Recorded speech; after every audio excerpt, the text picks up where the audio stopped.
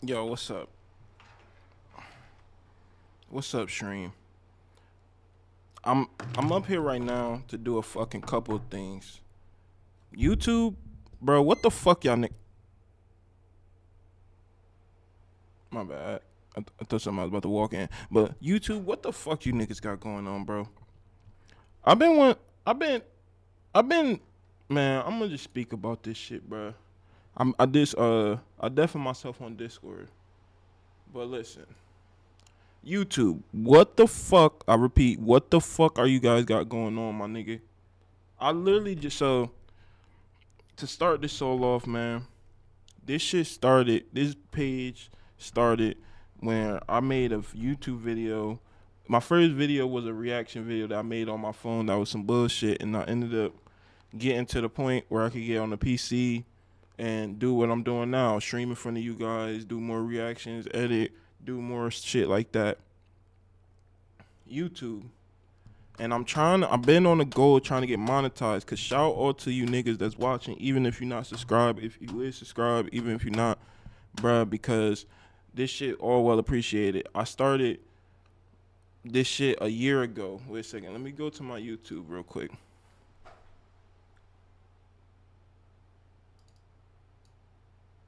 I clicked on the wrong thing.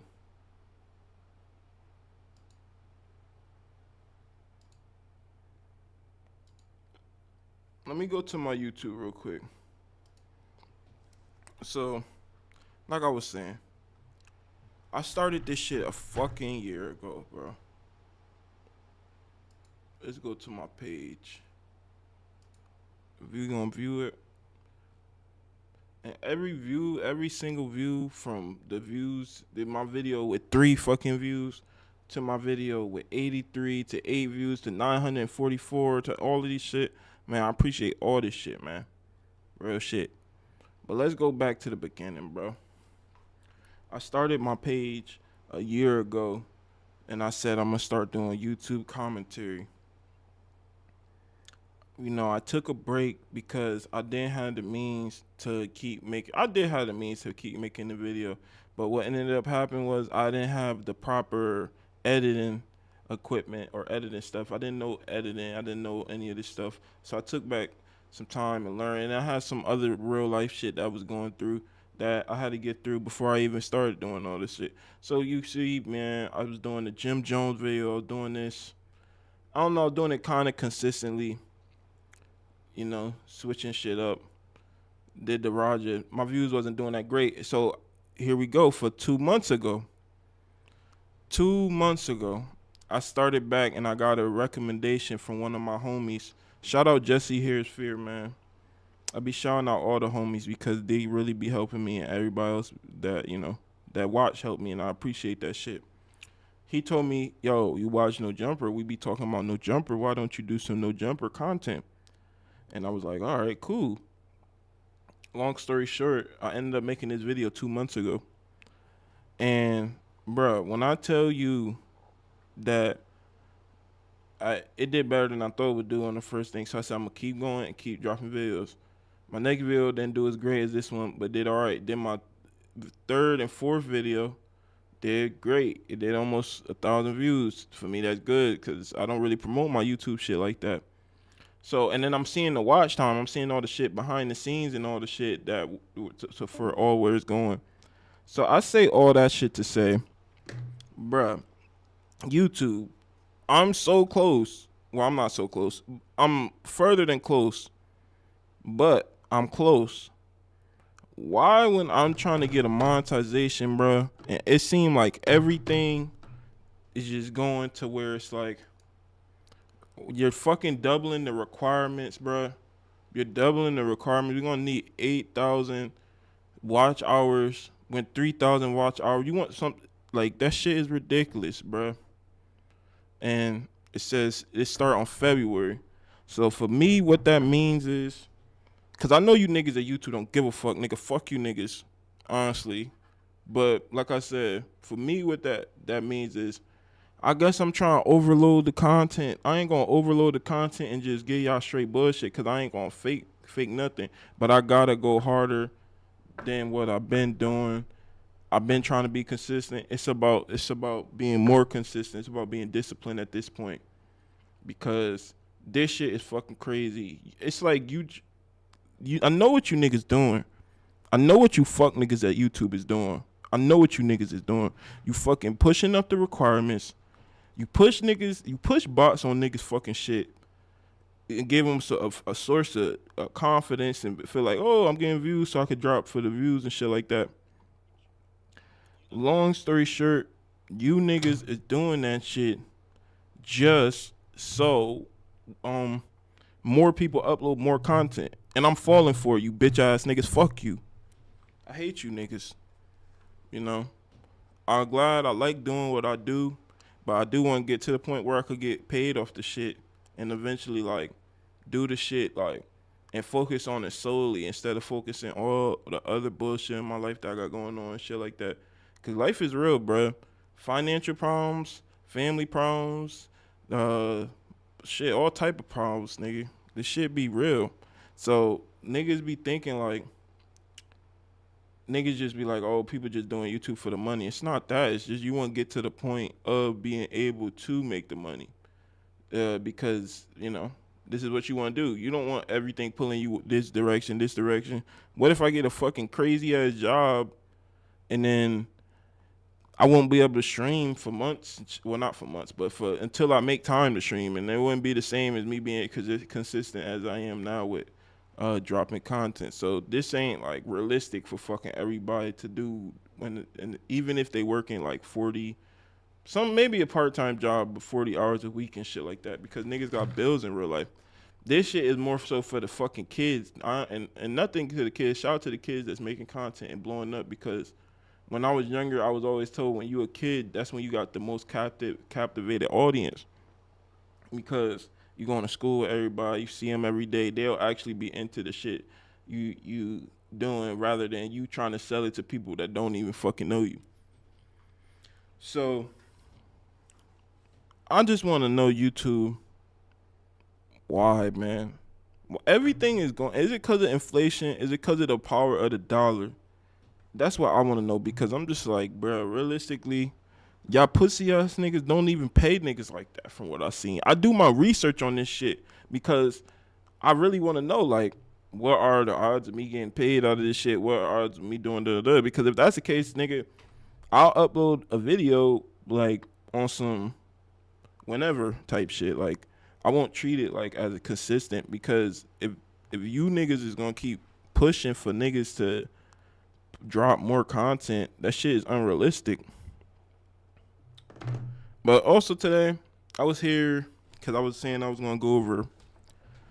I want to start doing something like where I do like I go through Instagram, maybe academics page or some shit like that, and I talk about different rap topics and rap segments. And also, we got the fucking EDP watch party. I said watch party. It's not a fucking party. We not celebrating that fuck nigga. But long story short, we got the EDP documentary shit, and I'm gonna watch that. So this is probably about to be a long stream. I'm probably about to be streaming for like, probably about to be the longest stream I've done. And YouTube got me fucking fired up today. Like, after I seen this shit, man, I've been going through a lot of shit where it's like, bruh, you think you about to get in the door and then you deny right at the door when you get like half a foot and your fucking foot, you got one big toe jammed in the door. Feel me? You thought you was about to get in, but you just jam your foot and then they close the door on you. That's what it been seeming like lately, but I don't give a fuck. That shit can't stop me, bruh. And real shit in life, that's what's gonna happen to a lot of people. Everybody gonna have moments like that. That shit can't stop you either, my nigga. Don't let that shit stop you, bruh. So we gonna get off this shit. I said what I gotta say about these fuck niggas. Y'all taking advantage of creators, not paying them right. After it's hard to get shit monetized. We could barely say what the fuck we want to say up here. That's why so many people migrating to Kick or Twitch and doing all this other shit, man. I hope YouTube fucking crash and burn. But the thing is, it's a part of Google, so I know it's not going to do that. You fucking bitch ass niggas. Fuck you. Matter of fact,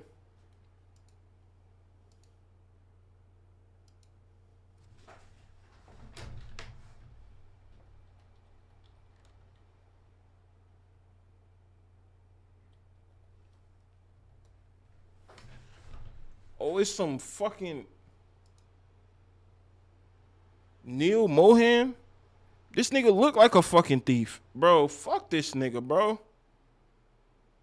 Bro, fuck this nigga. Bro, look at this nigga, bro. Don't this nigga look like a fucking snake oil salesman? I can't believe it. I know it used to be this white bitch, right? Susan YGC, whatever. Bro, she got long ass face. This bitch face is long as shit, dude. I ain't gonna lie. It's not that long here, but right here, nigga. Like, nigga, that's kind of crazy. Her face long as shit, dude. But like I said, man, he limits his kids' time on the platform. But you want more niggas to upload on YouTube, you fuck nigga? You keep this shit away from your kids, but you want us to fucking push this shit more on kids, bro? Fuck this nigga, bro. This fat fucking curry eating bitch. Fuck this nigga, man. And I'm a small creator, so hopefully he don't see none of this. But I don't give a fuck if he see this shit, bro. I don't give a fuck if I ever get monetized on YouTube, nigga. I just want to be up here talking my shit, because that's what the fuck I do. But at the same time, you ain't going to try like tease me with no shit. You ain't going to dare, I was going to say some crazy, but you ain't going to dangle no like teasing shit in front of my face. Pause. Now I was going to say the expression, but that shit sound a little strange. You got my nigga just hanging in the Discord. Shout out to my homie and shit. Yeah, man. But let me get back on Instagram real quick.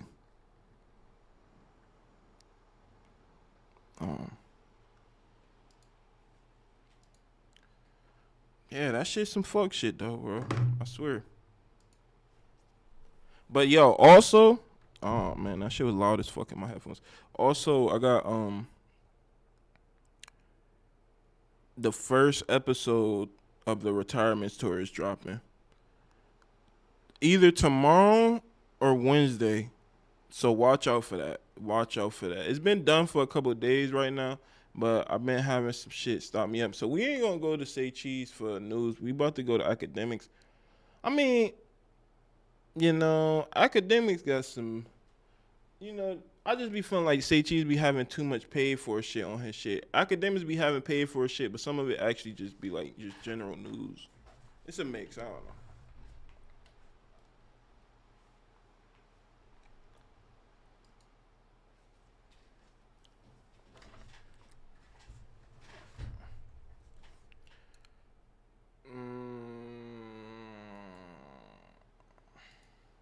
We gonna stop around here. So I'm gonna talk about most of this stuff. If I even feel like there's a need to talk about it, like some of this shit, there's not even really a need to talk about. So let's hear this shit. You treat everybody. So Christian Rock tells Blueface they're bigger than Jay-Z and Beyonce. Like shit because you're not with the person you want to be with, and that's fine. You know why? Because you know I'm just playing for you. Like I'm gonna get her. You know.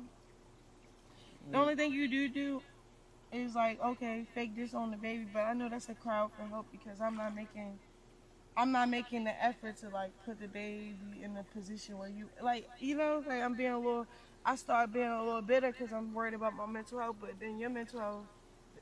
Like, long story short, it's just a messed up situation. I can't really speak on it, but I'm sorry, you know? I'm sorry, and I love you, and I want to figure out the solution for that situation, because I love you for real. Like, what? You know who we is? We bigger than Jay and Beyonce. And no shade to them, but we love them, but, you know, this out Bro, this bitch just turned to Snoop from The Wire real quick. But what you call it? Are they bigger? I don't even want to, like, entertain that because obviously they're not bigger than Jay-Z and Beyonce. I want to say when it comes to shit like this, bro, I mean, I didn't really know Christian Rock backstory like that. And the thing with Blueface is I just feel like this, bro. I just feel like Blueface ended up getting tricked, in my opinion. Like, everybody feel bad for Krishan Rock, and I get it. She the woman. She gonna garner most of the pity and most of the shit like that. But I'm like, bro, like you brought this bitch in on some reality TV show shit, and she was going for you, and then you was claiming she was cheating and all this. I don't fucking follow this shit. And then she was like, oh well, you disowning the baby, that's just a cry out for help, so I don't even take all that shit personal. Bitch, that's not like, you know, at the end of the day, one thing you gotta know about bitches, bro, they'll tell themselves a lot of shit to rationalize shit, to make themselves not feel as stupid as they really is. And sometimes you gotta use that shit to your advantage, and sometimes you just gotta stay away from that shit too, because it could be the extreme on either side. It could work in your favor, like you could cheat on a bitch, and then you could explain the reason, and she'll like really think about this, and that. And you could give her a bullshit reason either too, but she'll think about this, and that. And then it's on some shit like she'll be on some shit like, oh, how I say it, like she'll be more understanding in certain cases after time. She'll probably still be mad, but she'll be more understanding towards it to rationalize staying with you. Like she making a dumb decision by staying with you and whatnot, but she'll rationalize it, and then she'll end up staying with you and shit. But it could be the exact opposite too, where it's like a bitch could be on some extreme crazy shit, like she cut you or some shit while you sleep or do some crazy shit to you, and nigga, to rationalize it, it'd be like, well, you made me this way, and da-da-da-da. So it's a catch-22 shit. But I'll say this about them, you know, they the regular toxic couple, yellow people shit. Like yellow people got some shit where it's just like I feel like they just feel like everything gotta be more extreme. Like I don't know if they feel like, you know, people be like yellow people be soft and shit like that, or light skinned people be soft or whatever. And then so I don't know. I always felt like light skinned people just feel like they gotta prove themselves way more on some like I'm willing just to just do it, like on some crazy shit. So with that being said, I just feel like I guess these niggas is kind of meant for each other at this point. But just the story of all of it, I think Blueface is a fucking fool. Like I get it. People will be like, oh well, it worked for his career because he's still famous and this, and that. It's like, yeah, but you were a musician. Like now you're just like you could did the streaming shit and have a bunch of other bitches around. You see AB and Dean, they doing the streaming shit with a bunch of bitches around, bunch of different people around. Like you could have did the reality TV streaming type shit like that you was really looking forward to do without her being a staple in it. But you definitely would need like reoccurring characters or like long stay characters at some point, because you gotta draw in the bitches, because then you'll just get, if he didn't have this bitch to some extent, I mean he kind of is already looked at like that, but if he didn't have this bitch, people would just look at him like, oh shit, like he just running through these bitches doing them dirty and this and that. So him keep going back to him is keeping bitches intrigued with the relationship. So that's really all I got to say about that. Like the Blueface Krishan relationship shit, I never really kept up with that shit, because I'm gonna be honest, like I don't be giving a fuck about who rappers dating. I be listening to the music. I don't really get into certain shit when it comes to their personal life. He said this man is a clown. Who? Wait, who you talking about? This nigga John talking about this man is a clown.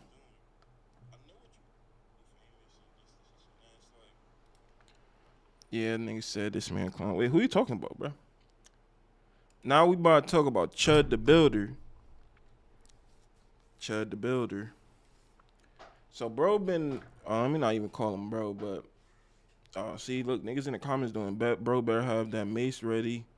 Team Rocket blasting off again. Give it a week, he'll go back. Oh, Blueface. Yeah, Blueface is a goof troop, but Blueface, it's like he like the new flavor of Flav. He like the new flavor of Flav. Yeah, Chud the Builder, bro. Chud the Builder. So he's been released. I was just talking to my homie about this shit yesterday. And I think he's been released on some shit like bro, like there's no new how I say it, like there's a thing called fighting words like legally. Like we could look at this shit up right now real quick.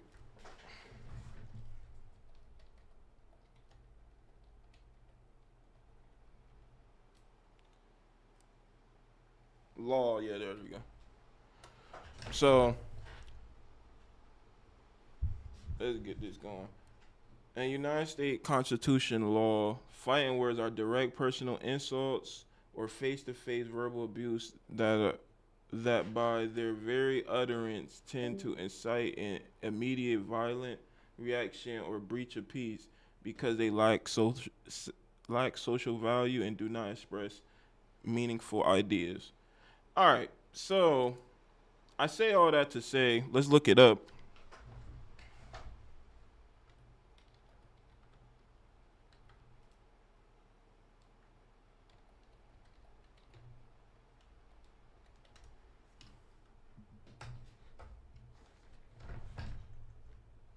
Oh shit, the N word is fighting words. So, oh shit, so I was in the wrong. So actually, this fuck nigga shouldn't even be out of jail. Bruh, I'm gonna be honest, Chud the Builder, I used to feel like Chud the Builder, you know, he had his own, I guess, like, I don't respect what Chud the Builder do, bro. But you know what I hate? I hate fake racists. And what I'm saying is a lot of times these racist people, they hide behind the computer. They hide behind all this bullshit. And he was going pressing the issue. I hate the fact that he was doing it. But here's the thing. This nigga shouldn't get released. And this is like why like the whole racist shit. I've seen like a new version of Chud the Builder. It's like some Mexican nigga. And he been going around calling niggas nigga and basically like getting into fights with niggas and doing all type of weird shit. So this nigga probably started a whole wave and movement. This nigga's gonna be the face of like a whole wave of racism if we're being real. And him declaring the bond was really like them niggas letting the fucking Joker out of jail. Like, if you want to be honest, like this nigga gonna influence a lot of people to do the stupid shit that he was doing. And I feel like I've been seeing it more and more, and I've been seeing fuck niggas like the nigga Myron from Fresh and Fit defending him and all type of shit. So as America, like what it is man. Listen, man. As niggas in America, we already understand that. I feel like we already knew that this was gonna happen. The nigga was gonna plead to self-defense, and at some point he was gonna get a bond. I think he already had a bond, but the thing was, prior to, he couldn't use any crowdfunded sources because it was like, he ended up getting a GoFundMe or some shit like that, and it ended up reaching the limit. But the judge told him he couldn't use it or touch none of that money. So he's coming home to some money that's in that GoFundMe more than likely for him, if he even somehow gets access to it. I mean, I don't know. Whoever raised that GoFundMe shit, they eating probably. Because if you can't use it to bond them out, they just got all that money. Like, that's kind of crazy if you think about it. But hopefully, I don't want to say hopefully, but it's probably somebody on his team. But at the end of the day, fuck this dude. There's really nothing to say about this nigga because it's just like he's going to get out and be on some. He's not going to. People was like, oh, he's going to have his mace and da. This is what I want from niggas, man. We kill so many niggas, bro. And I'm not ordering no wild shit to happen to this nigga. But what I'm saying is, if we want what's really gonna happen, like they talking about, oh, they need his mace and people gonna assault him and shit again, bruh, we know what we gotta do. And at this point, we pass, because people will be like, oh, well, why would somebody want to hurt him or this and that and just let him go on with his life and then nah, bro. This nigga coming through, antagonizing, insulting black niggas, bro. Niggas do have to take a stand against shit like this, but at the same time, that's what white people want you to do. It's a fucking catch-22. They try to put you in this fucking crazy-ass box where it's like, oh, well, you can't control your emotions because it's just a word, and he wants you to get out and say a word and just call random niggas nigger to their face, and that's all. You know, it's not that big of a deal. So, realistically, bro, I tell most niggas just leave some shit like this alone. Try to get away from it. But we can't let this happen because it'll be a snowball effect, bro. Certain shit snowball effect, and then now be the whole content just going, pulling up on black niggas, picking on them. And then that'll be like a new wave of fucking content. Like, oh, just, yeah, we searching for chimps today. We chimping it. We make a chimp out type weird shit. Like, it'll end up getting that far. So when it comes to niggas like this, we just gotta, like I said, we know what to do. Fuck YouTube, man. I wish I really could say what I want to say, you know? That's why sometimes I don't be want to go live on certain shit like this. I like making the videos because I'm a little bit of an unhinged person. I know certain shit you're not supposed to say on YouTube and on these different platforms and shit, but fuck these places, man. And fuck these places that platform these people that do this shit, you know? All right, that's all I got to say about that. I don't even know what this is. So, well, this is no jumper adjacent. I guess this is some no jumper type shit. So, Adam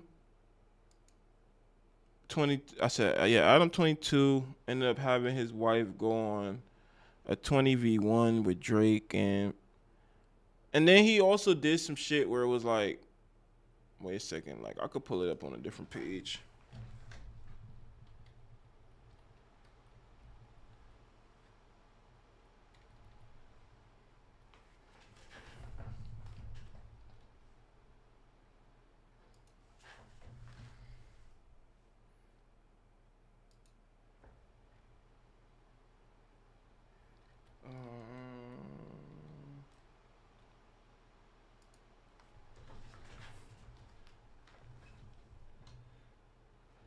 Like, was on her first date with arguably the greatest rapper of all time. I'm gonna show you.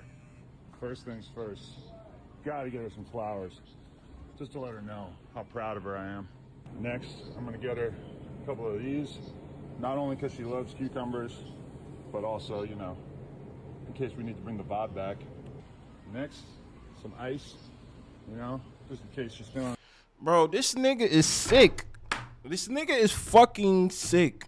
And at this point, like I said before in my first downfall of no jumper video, bro, this nigga is damn near gay. Like, it's damn near teetering on that, bro. Like, it's damn near teetering on that because it's just like, bro, you, like I said, let other niggas fuck your bitch. Cool. You make money off it. Yeah, I don't know if y'all share income. I don't know what the fuck you niggas do.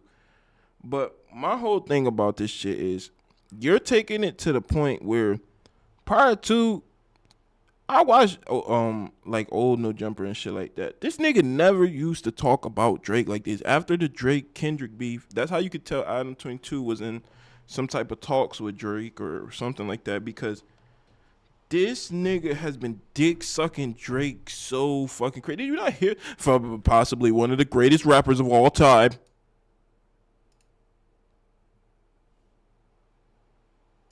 With arguably the greatest rapper of all time. I'm gonna show you. Slurping, bro. You accuse Lush for glazing. And if you really let this nigga fuck your bitch, bro, you are one of the sickest niggas in the world, bro. And then you gonna call him the greatest in the rapper in the world. And it's like, I get it, bro. It's like, y'all niggas don't give a fuck about y'all actual relationship. Like, you let your bitch be around anybody. And who's to say Drake even really fucked your bitch? They could have just pulled up for content. But, like, for you to be, like, openly and happily, like pushing that other nigga is fucking your bitch, it's like, it's an old joke at this point, for one, because you, like, one, you not funny, my nigga. Like, when you're Adam 22, you're more funny when you trying to be an asshole. You not funny when you're trying to be funny. I'ma show you. Yeah, you gotta get some flowers. You gotta get some flowers. Show her how fucking proud I am, because, you know, I'm a proud husband because my wife getting fucked by the best rapper ever. How proud of her I am. Next, I'm gonna get her a couple of these. Couple Not only because cucumbers. she loves cucumbers, but also, you know, in case we need to bring the vibe back. Next, some ice, you know, just in case she's feeling a little sensitive. She needs ice for her feeling sensitive. Like, bro, this shit is just not funny, bro. It's just like, it's lame. Like you made this joke a million times at this point. It's just not funny, bro. You're just not fucking funny, bro. Down there, no, I need the quicker picker-upper because there might still be some cleaning that needs to take place. I almost forgot. Just some Tylenol, you know, take the edge off. Last but not least. Bro, let me get the fuck out of here. I don't know why the fuck I even went to delve this deep. This nigga gay. That's all there is to it. He like seeing other niggas fuck his bitch. That's his thing. You know, this shit's weird. The shit is weird, bro. And at this point, him playing on it and like joking around about it and like, it's like at this point you gotta just look at these niggas as some type of life partners. Like they just do porn together and live together and they have a kid together. So they just rocking out as a family. But outside of that, man, like these niggas just doing whatever the fuck they want. Like they don't give a fuck about each other for real like that. Well, they might love each other, who knows? But you know they got some other like Will Smith, Jada, Pink and shit going on. Shout out my boy John for sliding back through, man. And then I've been seeing. Let's start off with Contrail. I'm gonna been seeing this. Y'all let me know if y'all want me to react to this YoungBoy interview. I think YoungBoy is kind of retarded, so I don't know if I'm gonna react to it, but we gonna see. Who's Contrail?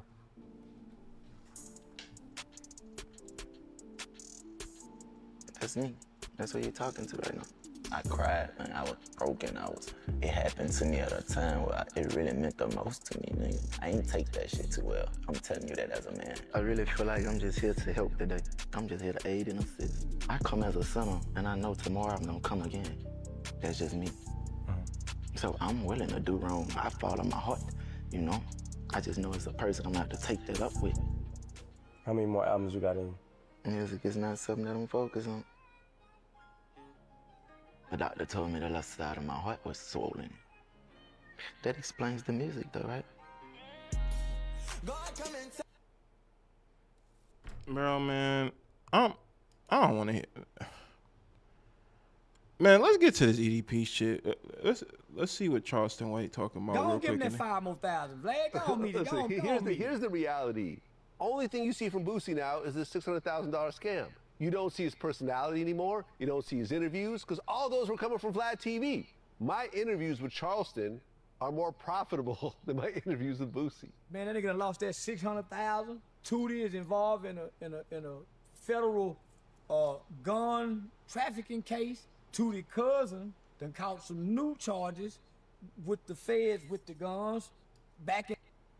Yeah, I mean, with the whole Vlad and Boosie shit, I do feel like Boosie was tripping, bro. I feel like Boosie, bro, you was getting paid, what he said, I think it was like close to $40,000, or maybe he wanted $40,000 and he was getting paid 35 or some shit like that, and he wanted 40, and he ended up leaving for that. Bro, listen, I get it. Y'all niggas rappers, y'all used to seeing big money, but I just be feeling like y'all niggas was never really broke, because there's no way I'm telling a nigga, nah, we can't do it if I'm giving him an hour interview and I just made $30,000 in that hour.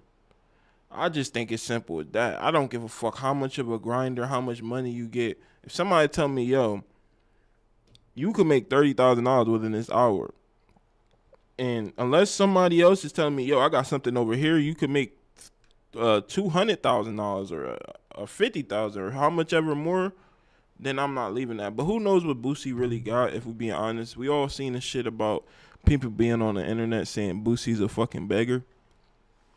So it could be on some shit like, you know, he's not even really having it like that. Or maybe he has it like that and he just spends it too much. Because A lot of times, that's the thing about these rap niggas. Some of these niggas, and honestly, that's something I've been realizing through watching the stream with AB and Dean. These niggas make money and they go broke because they have all the habits for you to go broke. They don't just got one or two habits that make you go broke. These niggas buy pussy, niggas smoke, niggas drink, niggas pay for food for everybody, niggas pay for everything for everybody. Niggas always going to do shit. Niggas never just sitting in the crib chilling. And then it's like, then it dawned to me, it's like, I seen like that nigga be like, oh, give a bitch $1,000 to fuck, It's like, bruh, especially you under the influence, bruh. When you under the influence, you gonna be more horny. So you pay the bitch $1,000 to fuck, you gonna fuck once. Or what, you gonna keep paying her to fuck? Like, that's crazy. Or just keep paying different bitches to fuck. So you say you do this shit multiple times out the day. $1,000, you like, this ain't shit. Nigga, you just spent 2 bands on fucking a bitch. Then that's not including what you spend on food, people coming through, flights, whatever you spending your money on. So I think when you look at these niggas' lifestyle, it's actually kind of easy to see how they go broke, because it's like 365 days in a year, bro.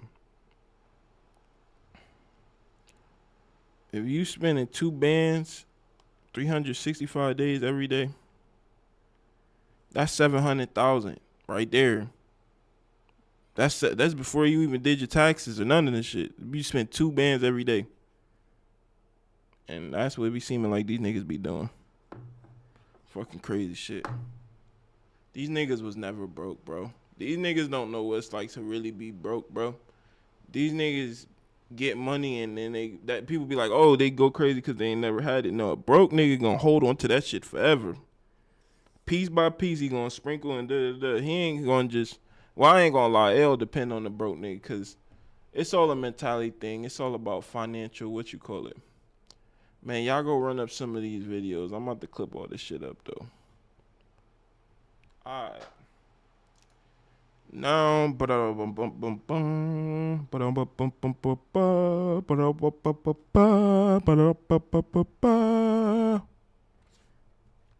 about to watch this EDP shit.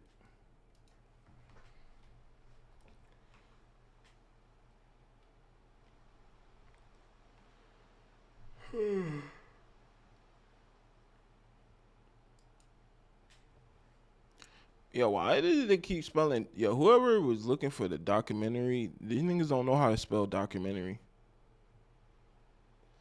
The Sick Mind of EDP 445. Boom. Okay. And before we get into the messages, there was sexual content involved, yes or no? Right. And hey, they're not. You said correct. Okay. All right. Again, so what brings you out here today? Well, it was actually something. That was fake. That was all fake. This is the real one.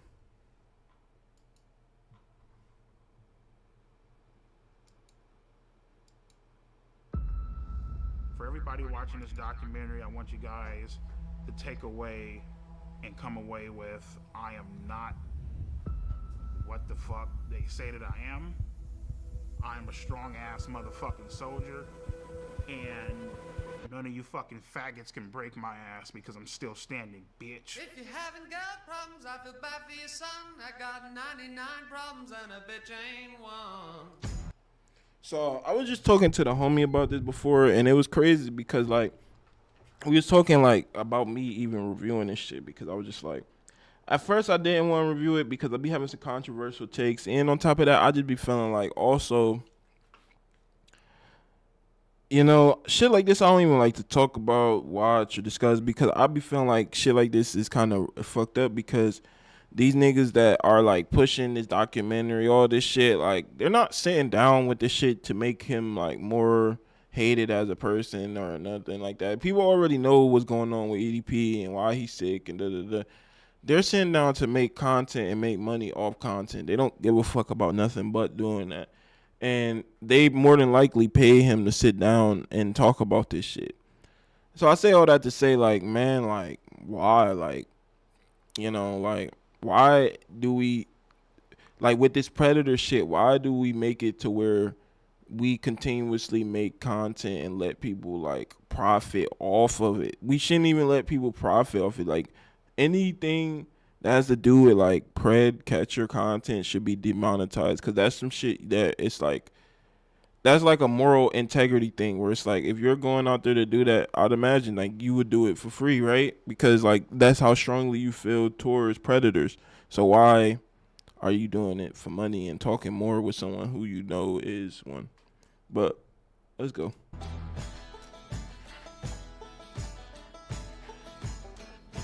Tip my hat to the sun in the west. Feel the beat right in my chest.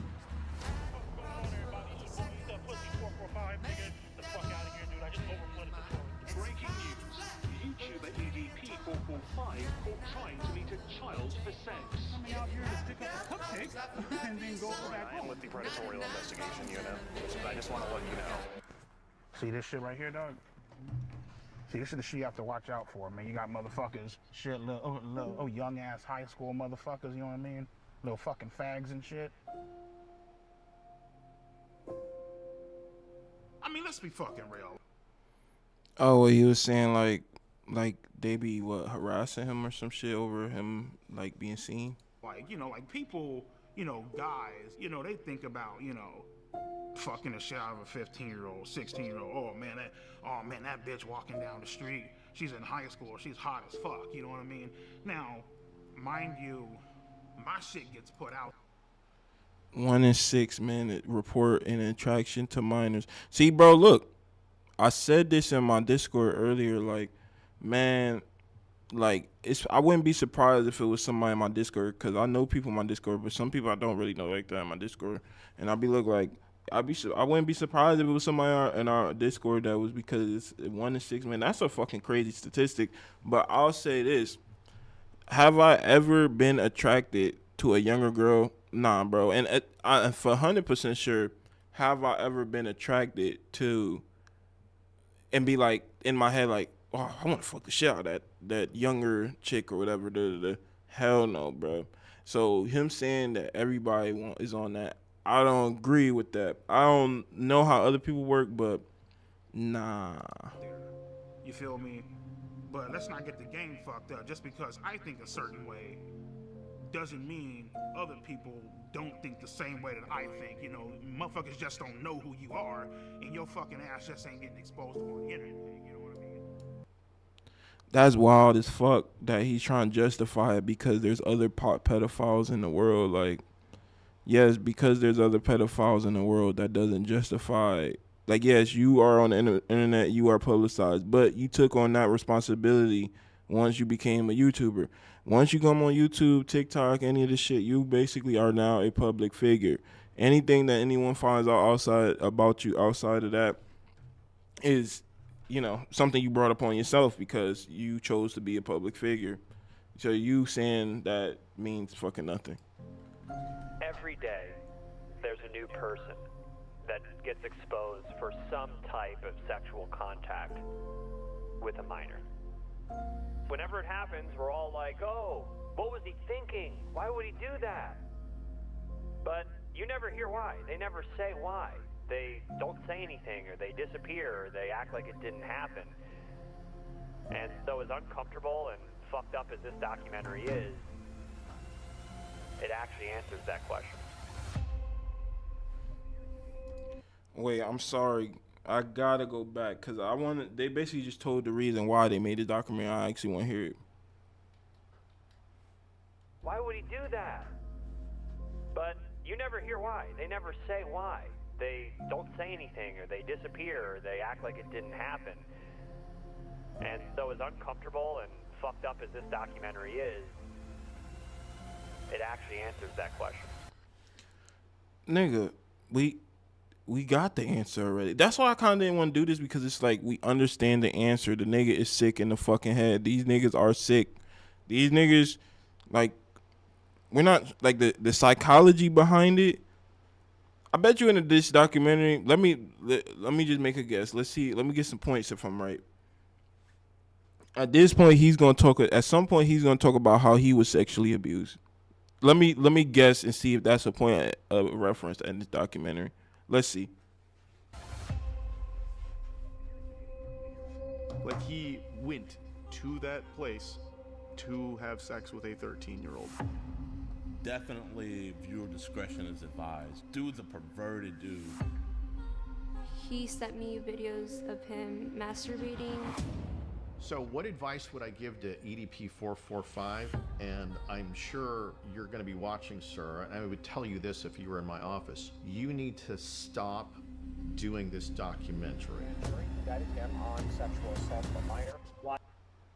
That's also something that like I never understand about and he probably you know the lawyer nigga is probably right because man, you like the outcry from like social media and different stuff like that will put pressure on the police to come after you. I don't know. Listen, I'm not saying that's always the case, but I feel like I've been seeing shit like that. Like with R. Kelly, that nigga was out here doing wild shit for mad long and then getting away with it. Then like they put out the surviving R. Kelly shit and then this nigga started getting charged for the documents of that shit. So that's one thing I never understood about the Predator niggas, because I was just always like, why do you niggas sit down and talk and tell your whole story and do all this extra shit? Like, do you want someone to console you? That's how you know these niggas be sick too, though, because it be like, they be having, like, they'll go into, like, this whole breakdown, but a lot of times it'll be so you could kind of pity them or feel like, how I say, like, oh, this person has just made a bad mistake type shit. Like, they want you to feel like that, but most of the time that's not the case. They just sick and would do the shit again. Why do you think you wanted to have sex with a 13-year-old? I mean, the reason why I wanted to have sex with a 13-year-old is already fucking clear. Fucking a bitch's innocence away, you know? Is EDP 445 a pedophile? Yes, I believe he is. I don't give a fuck if you're a minor. I don't give a fuck. Oh, well, she's just a girl. You can't be doing that shit. Bitch, you gotta die. It's just, the dude is a monster. Like, Bro, I don't know if they...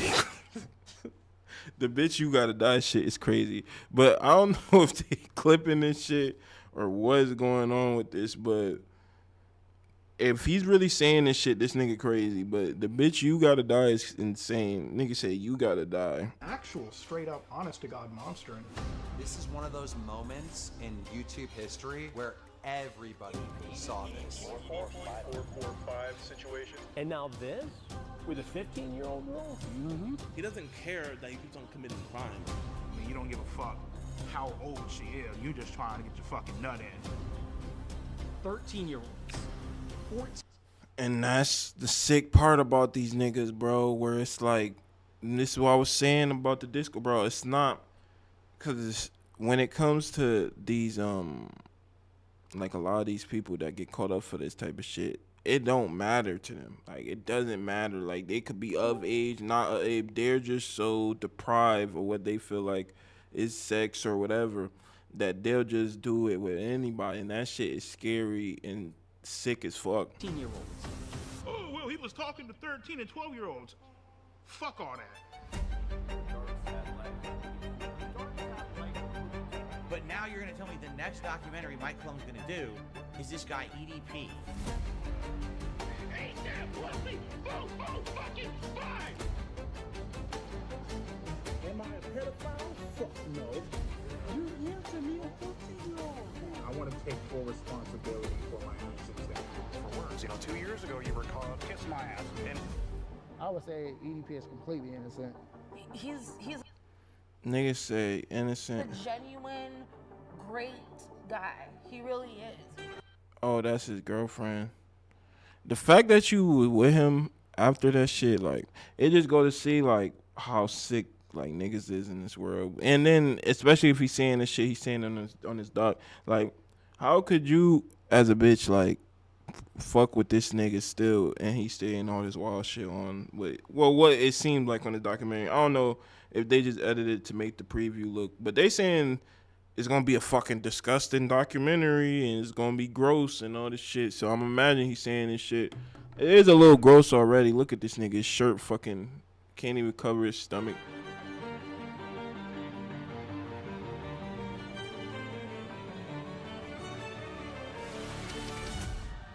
All right. So, again, so what brings you out here today? Well, I was actually coming out here to pick up a cupcake. Okay, so they saying all revenues and profits of this film are donated to RAIN, a non-profit organization to benefit victims of sexual crimes.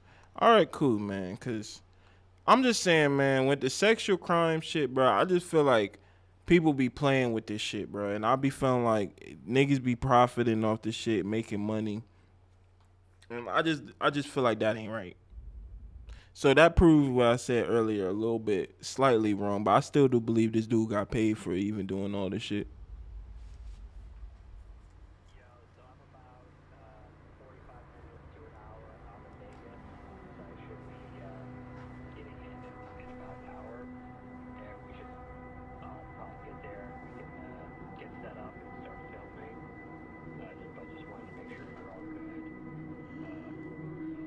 This shit movie quality, ain't it?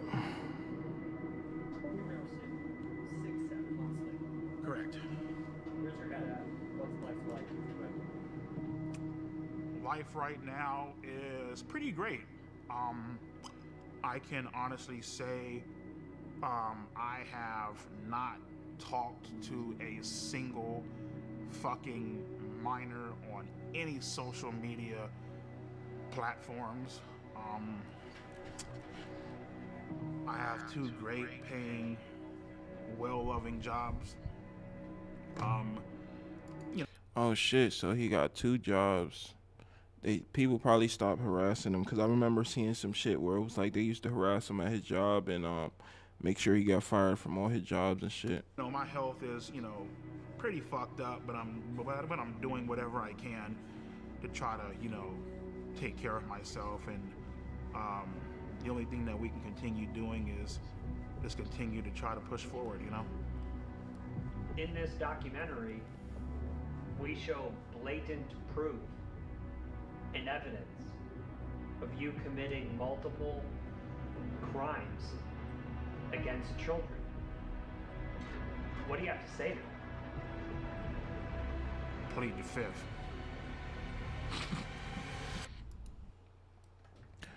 Yeah, like even that he think it's funny, like this nigga sick as shit. It's crazy because the homie said if he ever seen this nigga, he'll punch him up, beat him up, or lump him up a little bit. But I told him like he ain't worth going to jail. But after we gonna see, he might be worth going to jail after this shit.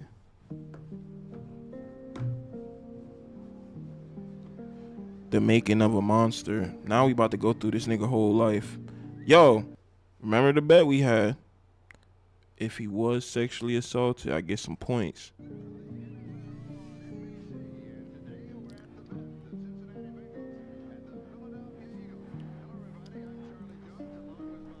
I was born in Los Angeles, California, in Compton Hospital.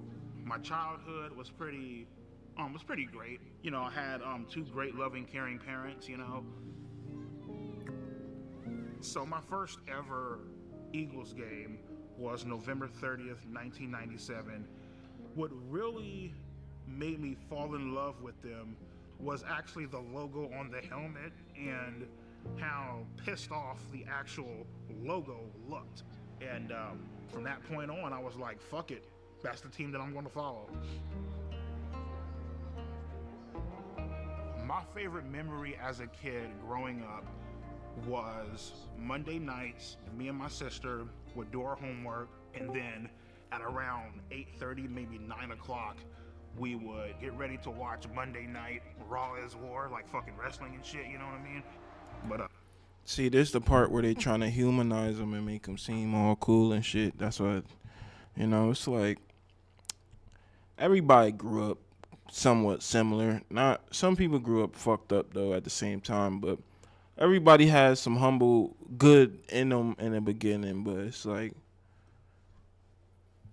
that's why you got questions is when you want to fuck a bitch, is that shit really like a good thing or is it lust and evil? Because realistically, man, that's what got this nigga in this situation with like just being horny. Like just being horny, bruh.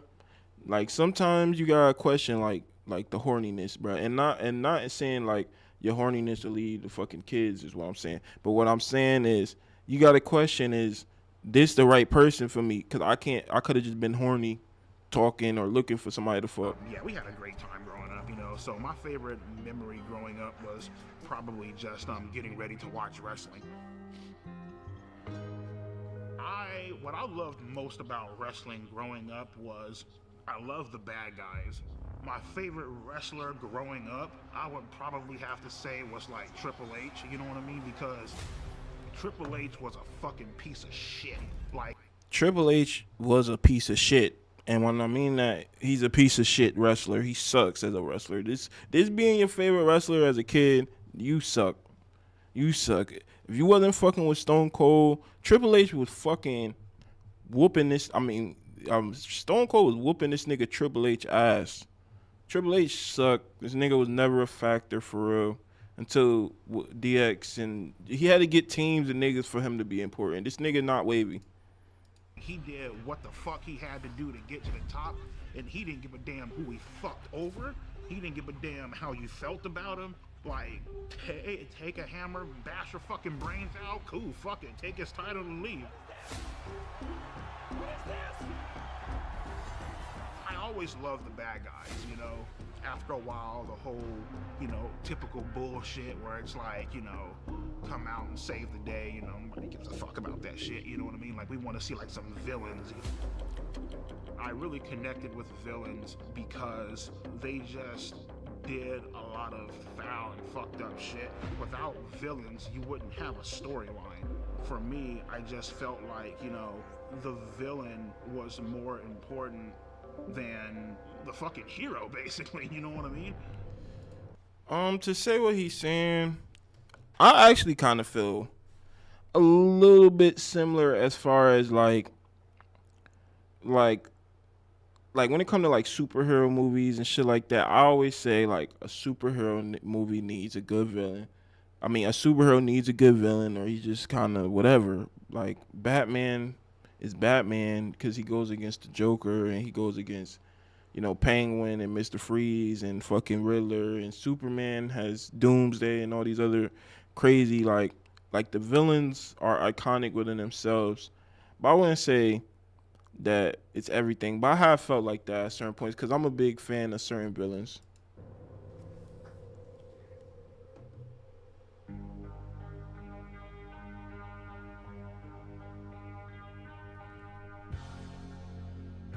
So in high school, I tried to talk to girls.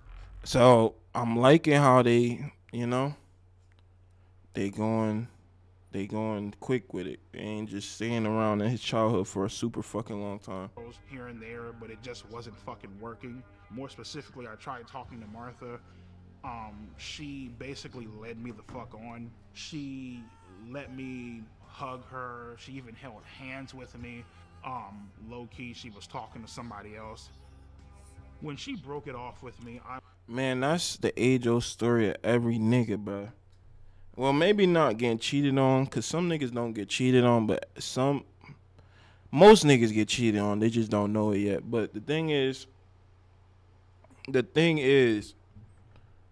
what you call it? Some niggas don't get cheated on, but a lot of times when you younger, a bitch will lead you on or play with your emotions, and it's your first time experiencing that shit, so you really, really like them type shit. But like, you know, it all depends what type of female you're dealing with, because you could be on the other end of that shit too, because, you know, when you're younger, it's levels to it, you know, like certain people more advanced than others. Like certain females may have been in like 3 or 4 relationships prior to even dealing with you, and that's your first time, and you love the fuck out this girl until it's like she in a relationship it's like 6-month cycle. So it's just something that's a regular for her, but for you it's like, oh, this is life changing almost. I was so hurt.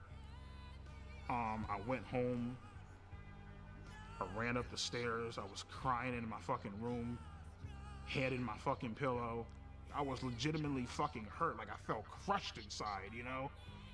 With Martha, it basically showed me women ain't shit, and they will play you, they will fuck you over, and won't even fucking think twice about it.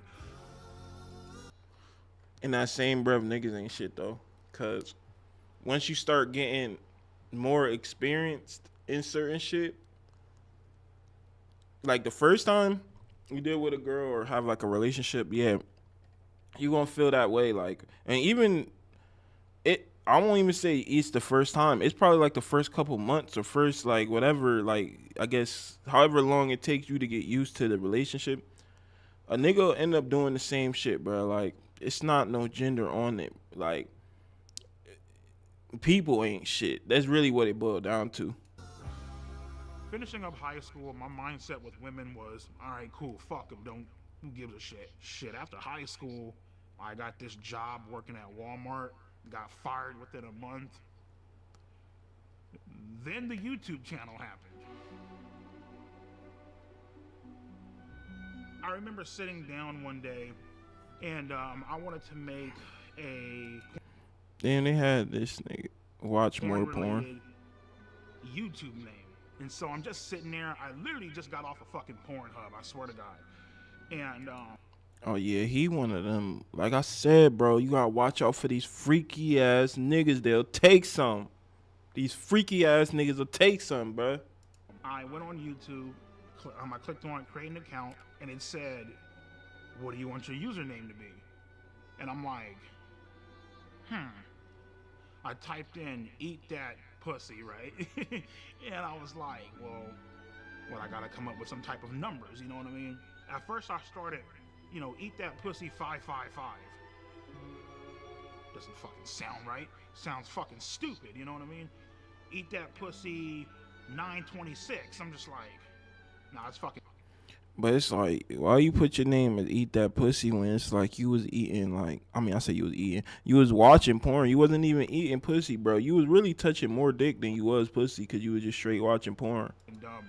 I got up, I went to go weigh myself. At that current time, I was 445 pounds. And I'm like, oh, you one of them retarded niggas, bro. You one of them niggas that let one bitch just ruin your life, bro. But I ain't gonna say that because you ended up being successful at YouTube. And, that's something that I'm trying to do now. So, well, you were slightly, I don't know how successful. I never watched this nigga shit. I don't fucking know. there it is. Eat that pussy 445.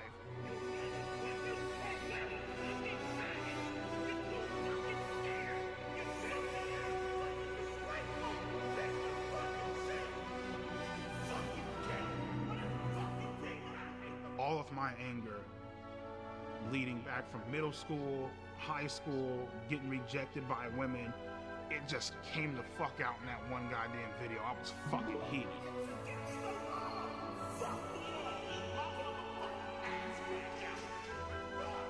And once I started uploading more and people started sharing my videos a lot more, this shit blew up. From that point on, my subscribers just started increasing. Oh, this nigga was on Ridiculousness? Like I said, yeah, so he was pretty successful on YouTube. And increasing, and before you knew it, I had close to 4 million subscribers.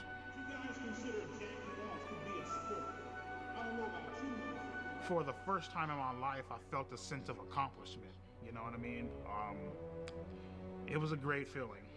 It was really amazing.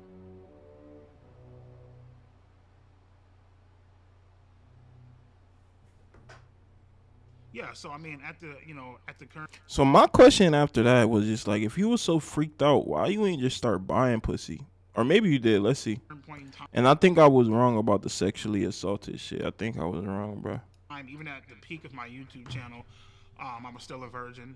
I didn't have any self-confidence to talk to girls.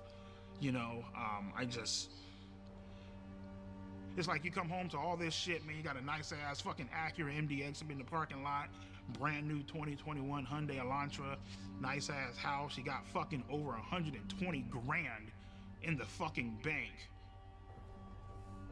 No pussy at all. You just didn't know where to buy it, bro. That's all. You could have just started buying pussy. Like, nigga like you was supposed to start buying pussy because you definitely wasn't going to get it off your looks. And you obviously are like got ass piece or retarded or some shit to where it's like you yell at bitches or don't know how to communicate with them. So you were meant to buy pussy. Like niggas like you were meant to buy pussy. Like you see the chin to neck ratio? You were meant to, because at that point you didn't give a fuck about getting pussy. So you were supposed to get it the only way niggas like you could get it, which is paying for it. Jacking off watching porn. Calling 1-800 phone sex lines and shit. It's like, had all this fucking money and still couldn't get a fucking girlfriend. That shit was like, what the fuck, you know what I mean?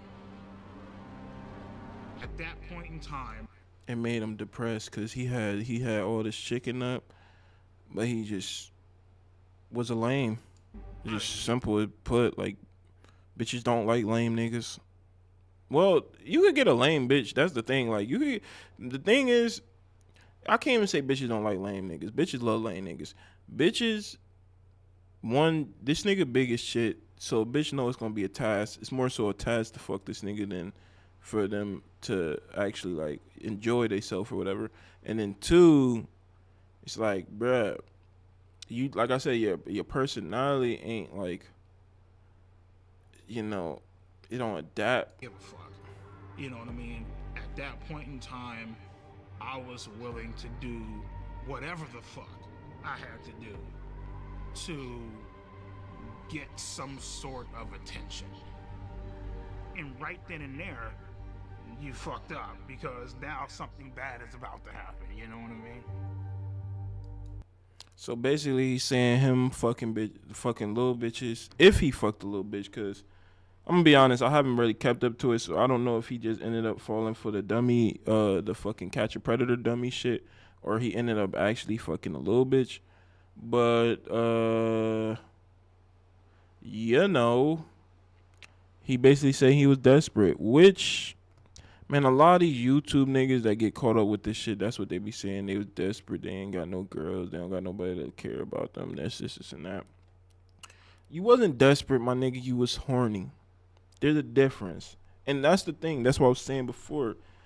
You wasn't desperate. You was horny because you wasn't, and there's no way in your mind that you was thinking, yo, I'm going to find a 13-year-old girlfriend and I could just date her publicly and like just be out with her and just nobody say that 400-pound nigga just walking around with this 13-year-old white bitch or some shit like that. There's no way in your head you thought that. So you wasn't desperate. You was just horny, bro.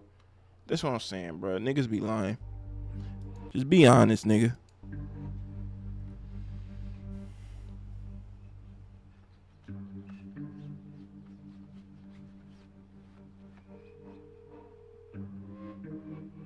Hey, babe, let me give you a call back. I'm gonna make the video, alright? Alright, love you.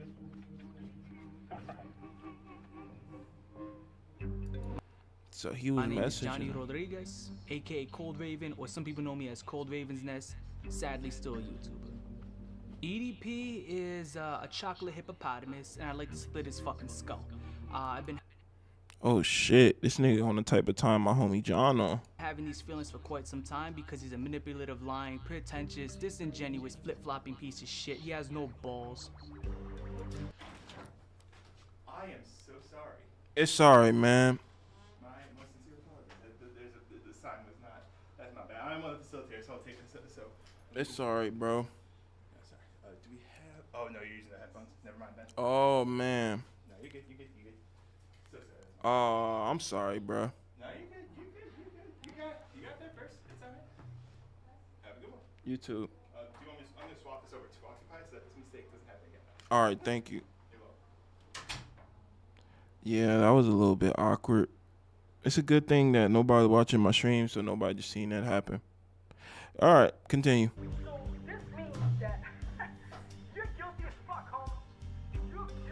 So inside my first video, I came up with So it all started, I'm guessing, because this nigga's a Ravens fan, and I think the Ravens and Eagles are like somewhat rivals or some shit. You know, they're like conference rivals or whatever. it's all started because these niggas was beefing over football, and then a nigga dig deep enough to find out this nigga a pedophile. Oh shit, this nigga don't play. With just accusations. In the second video, I showed dead proof evidence. So what is this, man? Come on, ED Pedo 445. I thought you said you're not a pedo, right? Of him texting 2 to 3 girls, cute, calling them sexy. More girls started coming out and started texting me like, hey, he was also texting me this inappropriate stuff. So I looked at his followers list, right? He had around 300 to 400 accounts he was following. The problem with that is around 120 to 130 of these accounts, 13-year-olds. Damn, bro went specifically for young bitches. But my whole thing is, that's the thing, like, you were looking, you say you were desperate, you would have went with anybody. It's not like, you know, because how I first thought about it was, like, I thought that EDP was, like, you know, having younger females message him, and then he probably succumbed to the pressure. No, you were actively looking for younger bitches. So, with that being said, nigga, why wasn't you just messaging regular bitches, bro? What is up with you niggas, man? 14-year-olds. I knew at this point it was just out of my hands. This is not my expertise. There's only so much I can show. So I need to take it to the next level. And out there, you got a lot of these guys who catch predators online. And there was one guy I've been watching for years who's really, really, really good at it. I reached out to him. His name is Alex Rosen. My name's Alex Rosen, and I'm the head of Predator Poachers, and we catch online child predators. Oh, I think I've seen this dude, but is he with the child predator niggas that actually beat niggas up, or is he just part of the other predator niggas like that just interview people? Predators.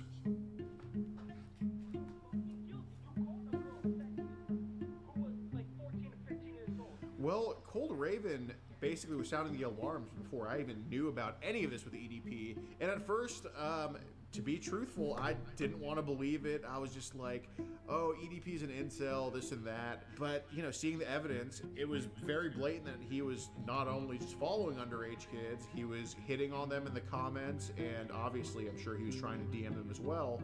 So that gave us... Oh, shit. This nigga was... Bro... This nigga was the nigga taking the selfie like this, bro. He like taking the selfie like, wait a second. Bro was taking a selfie like this. Bro, that's crazy. He one of them niggas. You're beautiful. Gorgeous. I love you. It be niggas like that and just random bitches comments. It be like, did you accept this nigga as a friend, or is he just going through random bitches' pages? Or? Throw an account his way and to follow him. And in our profile, we had that we were 13 years old. We reach out to him. We just say, hi, I'm a big fan. And he says, hey, what's up? Just found your YouTube channel. Why are you so funny? Because I keep it real on these faggots. That's why. That's nigga said, cause I keep it real on these faggots. See, this is why you don't get no pussy, bro. You don't even know how to talk to people normally. And the conversation ends there. And then 2 days later, he messages us again, completely out of the blue, and picks up the conversation. LOL. What are you doing? Nothing. I'm 13. I don't know if I told you. That makes up you and about 99% of my no pussy getting fucking faggot fan base. Yeah. He starts off very cordial, and then he slowly starts a grooming process. I didn't get that. So he's saying like, is he saying like majority of his fan base is just kids? That's what he's saying. I don't get it. Can I tell you a secret? Promise not to tell. Yeah, sure. I always wanted to get to know someone young, a little cutie. Oh, this nigga sick. The demon voice couldn't be more accurate. No wonder they saying it's disturbing. It's starting to feel spooky. And, you know, compliments, and then it kind of goes to sexual stuff. Wish I could hug you to warm you up. When and where? Someday soon at the park, or wherever you're comfy with. And then eventually he's just full on soliciting sex. Would you want to do anything else? You mean like sex or something? Maybe. Would that be bad? We can, but only when you're ready. Oh, this nigga sick, bruh. I feel what John was saying, bro. I'm starting to feel a little sick watching this. I ain't gonna lie. This shit is kind of crazy. You know, just got done doing some cameos, bullshitting, shooting the shit, watching TV or whatever. And I get this random ass fucking message by some chick that goes by the name of Sophie Smith. She said that my videos were really funny. Said that she loves my fucking content, you know, all this shit, you know. Yeah, so it was about a month in when things started getting sexual. Listen, I know your body is growing. Wait, what? Maybe I shouldn't pause here. Let's get off this screen. That's why I agreed to this. I want to be your first. Why did I respond to a 13-year-old desperation? This nigga sick, and then he gonna say the desperation shit, but you was following a bunch of 13-year-old bitches, and like I said before, you're not dating a 13-year-old bitch, you're just gonna fuck them and then fuck up their life and keep it pushing. Bruh, this nigga sick as fuck, and I was pausing this to say, like, it was shame, like, he didn't want, when you could see when he was just talking about it before I paused it, that he was, like, ashamed to even, like, talk about the shit. But it's just like, bruh, that's how I know some of the shit in the beginning is edited, because there's no way somebody could just be wanting to be like, yeah, fuck it, I do what the fuck I want, and I this is okay. And you know how many people want to do this? Like, you know, shit like that just be for the trailer, my nigga. It's no way a nigga could be like that, but this nigga's sick. Either way. Isolation, loneliness. It's boring as fuck. You have nothing going on. You don't even know how to talk to a fucking girl. If you want, we can try her off. Bro, why the fuck are they showing this fat nigga just do fucking random shit? Like, naked. Why do you need some sort of excitement in your fucking life? So like, stop doing that. We don't gotta see this random fat nigga naked. Cute. Once again, this is. Ooh, that's hot. Can I see? Bro, what the fuck am I watching, bro? What the fuck is this shit, bro? So big.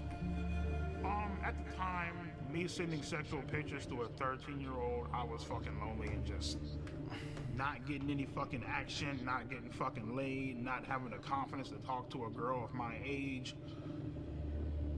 It was a fucking shit show. Nah, nigga. You gotta be overly confident to follow, comment. You would, because they don't got no other shit of you messaging bitches. I'm not looking at that shit. Nigga, I'm not even looking at the screen right now. But like I said, you commenting, messaging and shit, right? You had to be confident in some way, shape, or form, nigga, because you leaving comments, hey, beautiful, da-da-da-da, just this and that. It's like, bruh, what? How? You know how much confidence it takes to leave that shit on a fucking open 13-year-old bitch page? You're insane. That takes a crazy level of insane. Oh my gosh, bro, this fucking erotic messages playing in my ear while I'm talking.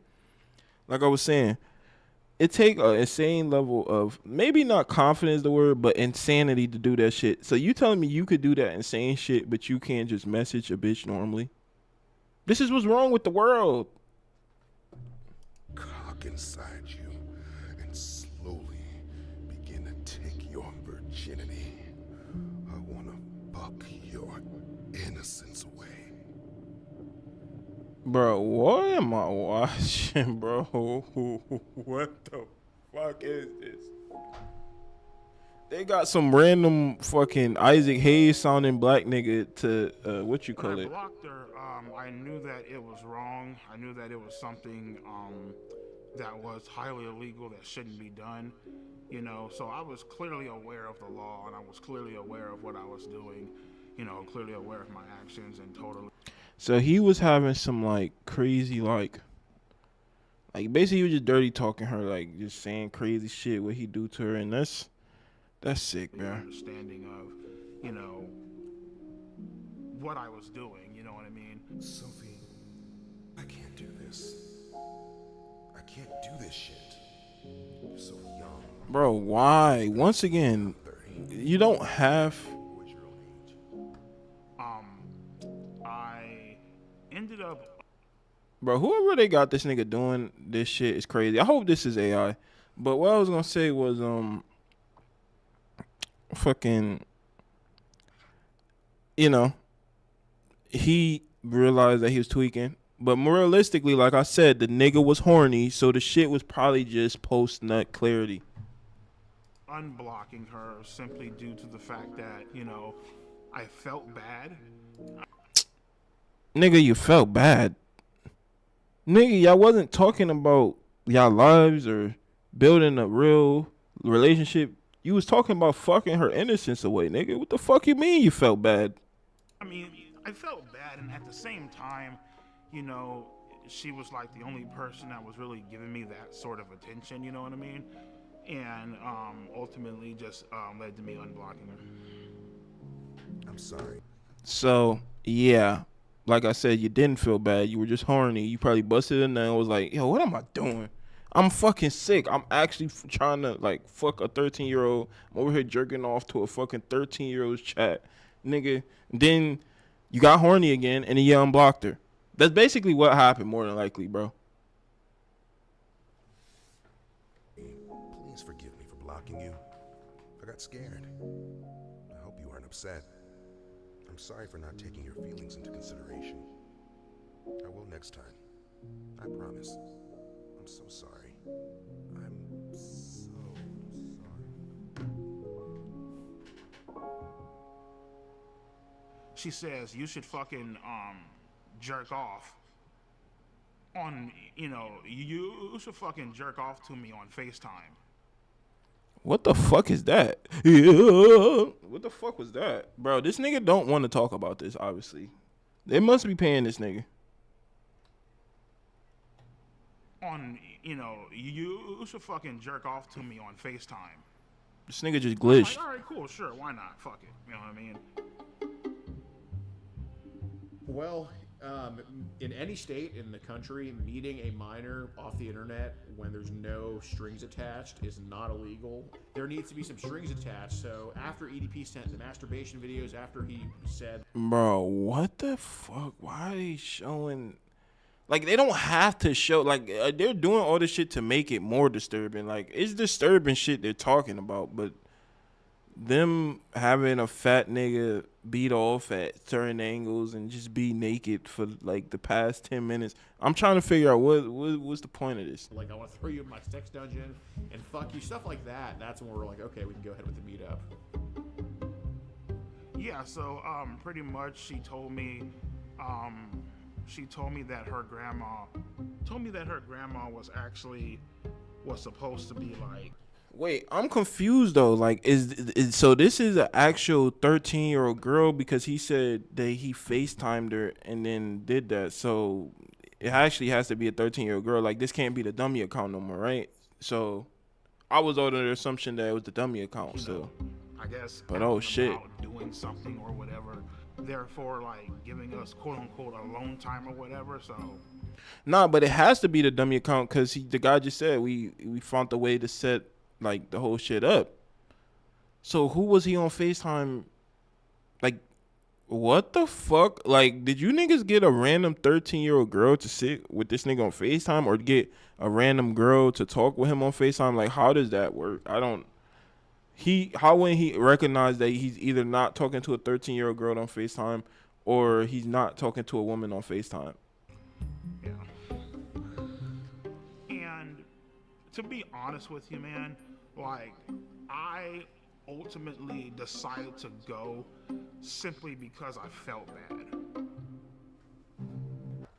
No, you didn't, bro. You wanted to fuck, bro. And you were a virgin. You was trying to get pussy. And you were trying to get, like, you were trying to get pussy, but to the point where it was like, it wasn't embarrassing because one, you a big ass nigga and you probably can't even see your own meat, and then on top of that, it's like you just don't got no experience, so it's like you don't want a grown bitch to laugh at you. Another like full body image, like what the fuck is this, bro? That day, I actually blocked her 1 or maybe 2 times. Then I unblocked her ass. She was like, you know, oh my God, why'd you block me? Blah blah blah. And I was telling her, I'm looking like, Sophie, I can't fucking do this shit. Like this is fucking illegal. Like I can't. Like what the fuck are you doing, bro? You know what I mean? And she started crying up on the phone. She's all like, oh my God, you know, I just wanted to give you a cupcake, whatever. You know what I mean? I'm here making cupcakes. I wanted to give you one, you know? So the story was that we also baked cupcakes. So then, you know, he's kind of nervous the day of, like, he's very, like, apprehensive. You know, we're like, oh, well, I still made cupcakes. And that's what led EDP to be like, okay, I'll come. So that's kind of the deal with that. Also, like, so basically he's saying they were trying to convince him even more, and none of that matters. Like, people be like, oh, that's sin and trapping or whatever, but nah, that don't fucking matter, bro. You fell for the bait, and the cupcakes was just the fucking icing on the cake to get your fat ass over there. When I was driving to that location, my mom was a heavy smoker. She used to smoke Coors 100, the green pack. And so when I was driving there, I smelt my mom's, the scent of her cigarettes coming from the back seat. That's something I never told anyone. I felt like my mom was with me, watching over me. You know. What do you think your mom was trying to tell you? I felt like she was trying to tell me. She was trying to tell you, sick fuck. Don't go. No, she was trying to tell you, sick, and here die from this bogey bitch because you fucking sick. You know, thinking this up in my head. How the fuck is this going to go down? How am I going to act? What am I going to say? You know what I mean? Like, horny as fuck.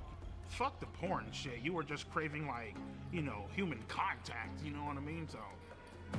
Then the day comes in Bakersfield, and that's when he's getting like very, very nervous about everything. But he agrees to come nonetheless, and we're just waiting at the Jack in the Box. You know, just kind of having a good. Bro, I'm gonna be honest, bro. You know what I was just thinking while I was sitting here, bro? Yo, my niggas. Yo, all my niggas who ever see this video, go talk, bro. DM some bitches. Talk to bitches. Bro, your age, specifically your age, it's dangerous to be an incel, bro. It's dangerous because these niggas' minds be getting warped. Porn be fucking with these niggas' minds. These niggas, like, bro, it's dangerous. So at the very least, even if you fail, bro, just like I said in the beginning of this stream, YouTube is trying to fuck with me right now because they know I'm trying to get monetized, and something about the world that's just trying to keep putting shit in my way. So they up in the requirements. Niggas, you might have to up your requirements and just keep pushing. You gonna get a bitch, bro. Don't give up and hate women just because one bitch did you dirty, bro. There's a bunch of bad people in the world, but it's also some good, bro. And you gotta have discernment to figure out who that is. Oh shit, I end up fucking blob walking up this. Then we just see like this giant blob walking up this ramp, and I mean he's massive from the distance. I'm like, oh my god, that's him.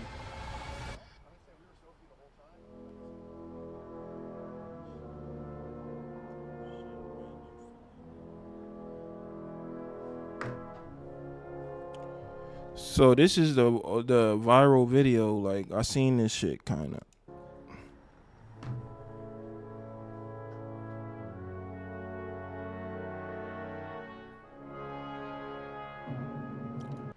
Like, I ain't saying, like, you know, I would push for him to do this, but bro should just get lipo, and like, nigga just wouldn't even recognize him. Lipo, hair transplant, it'll be alright. was like, hey, what's up, EDP? And he's like, what's up? And he puts his hand out for a fist bump, and I give him a fist bump. And then he tries to fist bump CC Unit, and CC Unit's like, I don't like fist bump people like you. Well, fist bump? I don't fist bump people like you, man. I mean, when he wouldn't fist bump me, I mean, it felt like the classic case of fucking rejection. So, and, you know, I told him, like, hey, we got to kind of go over with things with Sophie. We have you talking to Sophie, correct? Yes or no? Right. Okay. I was caught red-handed. Shit was about to go down. And he's like, I'm just here to get a cupcake. They had the transcripts, they had the logs, they had the screenshots and all that shit. And I mean, I basically just told him, yeah, man, I'm just here to get a fucking cupcake. I don't know what the fuck's going on. Again, so what brings you out here today? Well, I was actually coming out here to pick up a cupcake and then go back home. The EDP 445 situation. Still EDP 445. That shit wicked, cause it's like you just used the cupcake shit and say you was gonna go home. I mean, I guess I don't know, bruh. It's such a weird situation. EDP 445. EDP 445. EDP. Went to go link up with a child. When EDP got caught and the video got uploaded, it went viral immediately. The memes blew up. They were all over the place. There was no escaping the EDP 445 cupcake memes. And then we get into the messages, and he admits to sending tons of penis pictures, admits to wanting to have sex with her. You were interested in having sex with a 13-year-old, yes or no? Correct. Okay, and you said... Correct. Okay, all right. As much as he lies to the camera, now he was very forthcoming with us when we interviewed him. I mean, I don't know. I don't follow this shit, so I'm gonna just say he said he lied to the camera. I'm gonna just believe him. Is my life over? It's up to you, dude. I thought my fucking life was over. Started crying, you know, all that theatrical bullshit. Come on, man, please. No. You know, as I was walking up, I thought this was a real ass person. You did double text here, yes or no? Correct. Knowing, and it said on her profile 13, yes? Correct. Okay, so you initiated the conversation with a 13-year-old, knowing she was 13, yes or no? But the main thing I feel like I regret that day is I didn't bring my Glock off the counter and I didn't shoot those motherfuckers, you know what I mean? He's right in the front. He said he ain't bring his Glock off the counter and shoot him. Bro, you ain't had no Glock, bro. Because you probably killed yourself that day. In my mind, as I'm walking out, just get the fuck out, dude. Just go. Get out, go, run, now. That was him running, guys. That slightly paced walk, it was him running.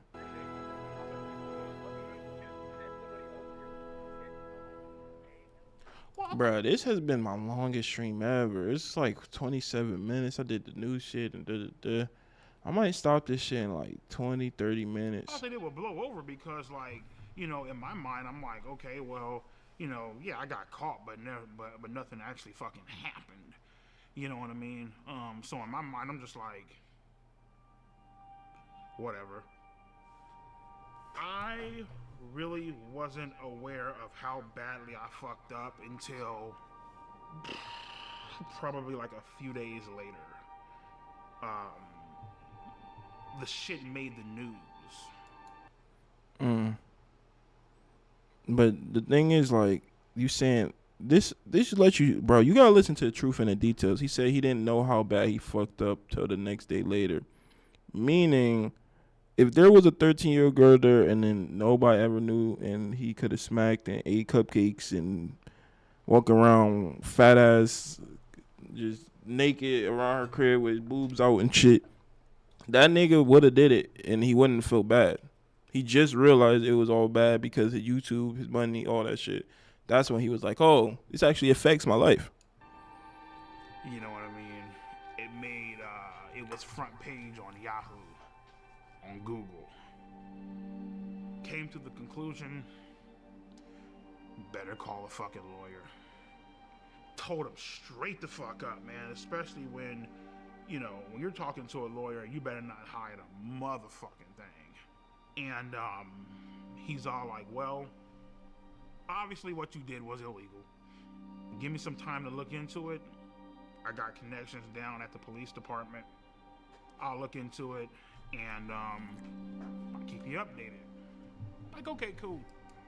But my thing is like, you getting a lawyer, and you saying obviously what you did was illegal and all that, this and that, but you weren't being charged. So what was you trying to get the video took down or something? 2 days, 3 days, 4, 5, 6, 7. Give him a call. I'm like, everything cool? What the fuck? Like, should I be worried? He's all like, he's all like, oh no, man, just sit tight, man. Ain't nothing going on. He has a little computer to where, you know, he can see if, like, you know, you're under investigation or anything like that. Was never under investigation. Yeah, they looked into it, but because good old Alex Rosen, right?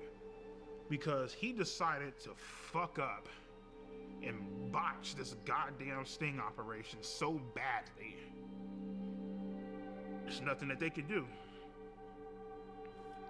So as much as they wanna write all this fucked up shit about me online and I should be in jail, prison, felon, I should be on the sex offenders list and all this bullshit,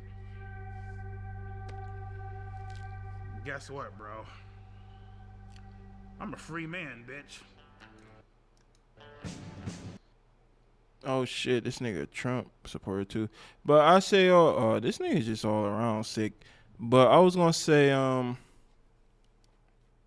fucking, I mean, yeah, like he said, the nigga did fuck up the situation. But that goes to speak on what I was saying about all these niggas, bro. This shit is all for views and all that shit. The dude platform, I don't know if he donated any money he made from that stream or the viral video, but I kind of doubt it. And he did botch it because he had almost everything he needed to get this nigga at least locked up or put on the sex offender list, and he just dropped the ball and made an interview. And just everybody knows now, like, people know this nigga's sick, but it's like, still, you could have actually got him consequences. I mean, he ended up getting consequences for his actions anyway, so I guess it all turns out. But he's still out, could do whatever. But I guess people got that extra eye on him now.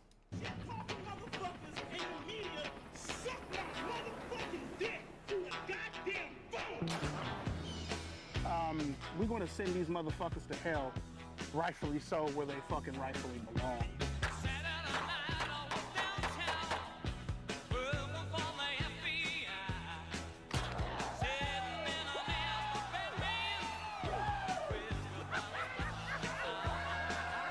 There's definitely a chance that he faces criminal prosecution. I think what he's doing now, by quite frankly doing this documentary, it's just a stupid fucking idea. Bro probably ended up like getting nice with guns and shit because he had so many niggas harassing him. But you know, shit, you gonna end up going to jail for killing somebody, nigga. All right, what's up with you bitch ass motherfuckers and trolling ass dick sucking? Okay, so the first picture is his erect penis, and then the second one looks like he has ejaculated. So that will get you into trouble. He's well within the statute of limitations. Just on that alone, he could be prosecuted.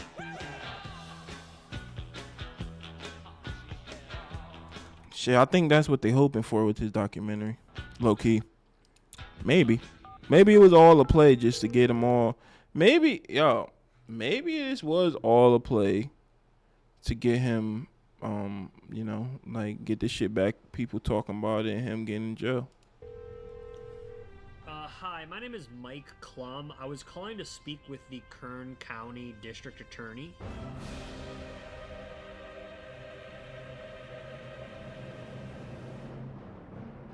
Okay, if Miss Zimmer is not available, is there anyone else that could speak to why EDP has not been prosecuted? Maybe like the sheriff?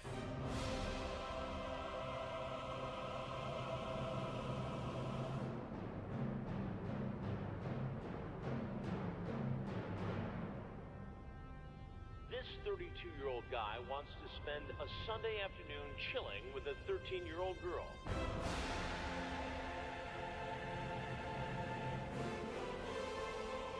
Why don't you have a seat right over there? Brian, have a seat.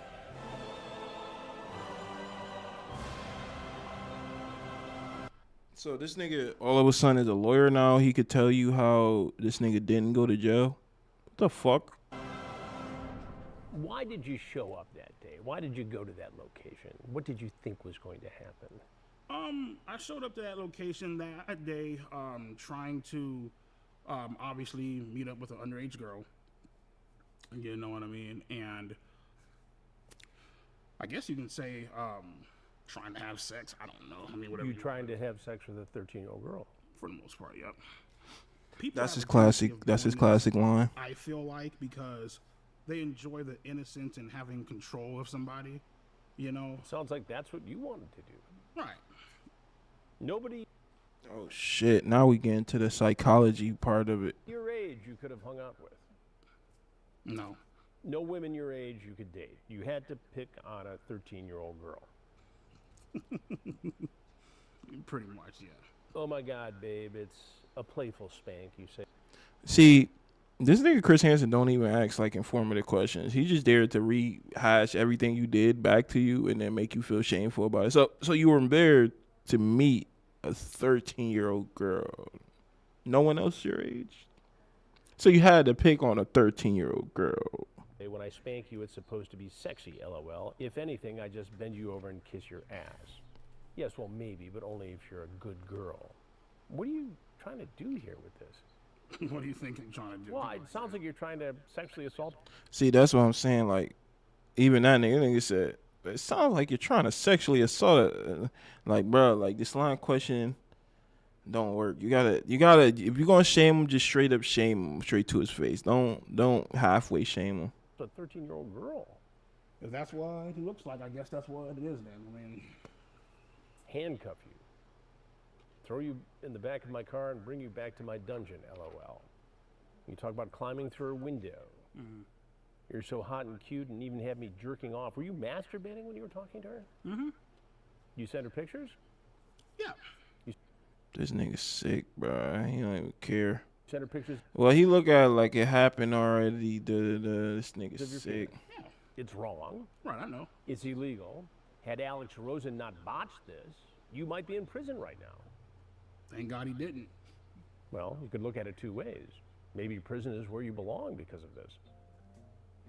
If it was where I belong, I'd be in shackles right now. So, but I have to tell you something. Mm-hmm.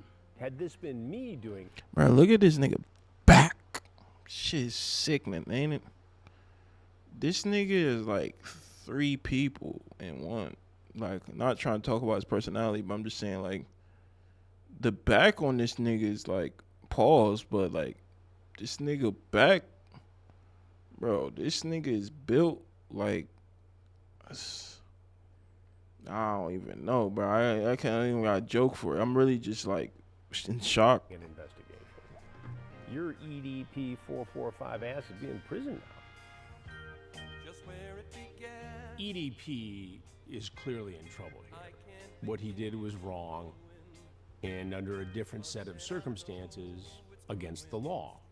The fact that the decoy posing as Sophie sent the first message would make the case virtually unprosecutable in my world, in the world of law enforcement. The adult always has to make the first approach. Otherwise, you jeopardize. Because it could be like some sort of in form of entrapment or some shit like that.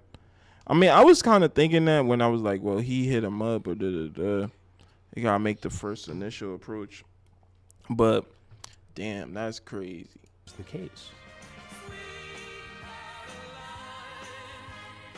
And again, it probably was something that for Alex Rosen created a lot of views and clicks and made some news and different. Exactly what I was saying. Like, look at this nigga. But here's the thing. You even, like, all the people parts. I'm starting to understand the get down of the documentary to some extent. I think they're trying to get this nigga actually in jail. But this nigga, like, you did all this shit for a bag, bro. You really didn't care about nothing but a bag, bro. And that's what my problem is with these preg catchers, bro. Like, y'all in it for a bag. My nigga Chris Hansen been around so long witnessing this shit that he don't even, I don't know. Maybe he needs the bag, but oh, shit.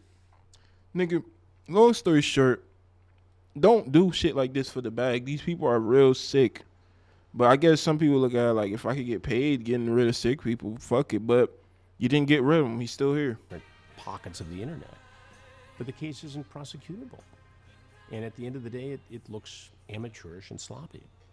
But what accountability can you take in the fact that EDP is free today? Well, yeah. I mean, I myself could have done a better job of saying, you know, instead of trying to just like, you know, stand my ground, be bullish, standoffish, infinitely more stuff that I could have done to try to make him, you know, to at least put in more effort into hoping that he gets arrested. But, you know, I can confidently say that predator poachers have been responsible for getting like infinite. Bruh. Nigga, this is my point. You niggas always try to divert. They didn't ask you about all the other niggas that you got fucking arrested, you pussy ass nigga. They asked you about the EDP situation. You're doing a documentary about EDP. This ain't a chance to fucking promote predator poachers. You bitch ass nigga. That's what I hate about these niggas, bro. Cause these niggas try to move the goalposts. Oh, we did it. We're asking about EDP. Answer the fucking question and don't give me any context to any other bullshit you doing. I don't give a fuck. Only sicker people in EDP off the streets, and EDP played a part in teaching us that lesson on how to do that. My thoughts on Alex Rosen is I feel like he's a piece of shit. I feel like he should burn in hell and go fucking die. I don't feel that strongly about him, but I also feel like that nigga is probably a piece of shit, bro. Because niggas in this shit for the views is just. It's just sick to me. Like, there's so much other shit you could do content on. I damn near didn't even want to react to this shit, but it's just like so much other shit you could do content on. Why this? I mean, well, shit. I guess I'm bad for the views too. That's why I'm like, I'm debating if I should even clip this up. This shit has already been like almost an hour, so I don't know. We gonna see what we gonna do with this shit, If I'm bro. being completely honest with you, you're some fucking redneck fucking. Some fat ass overweight bitch plastering shit on the internet.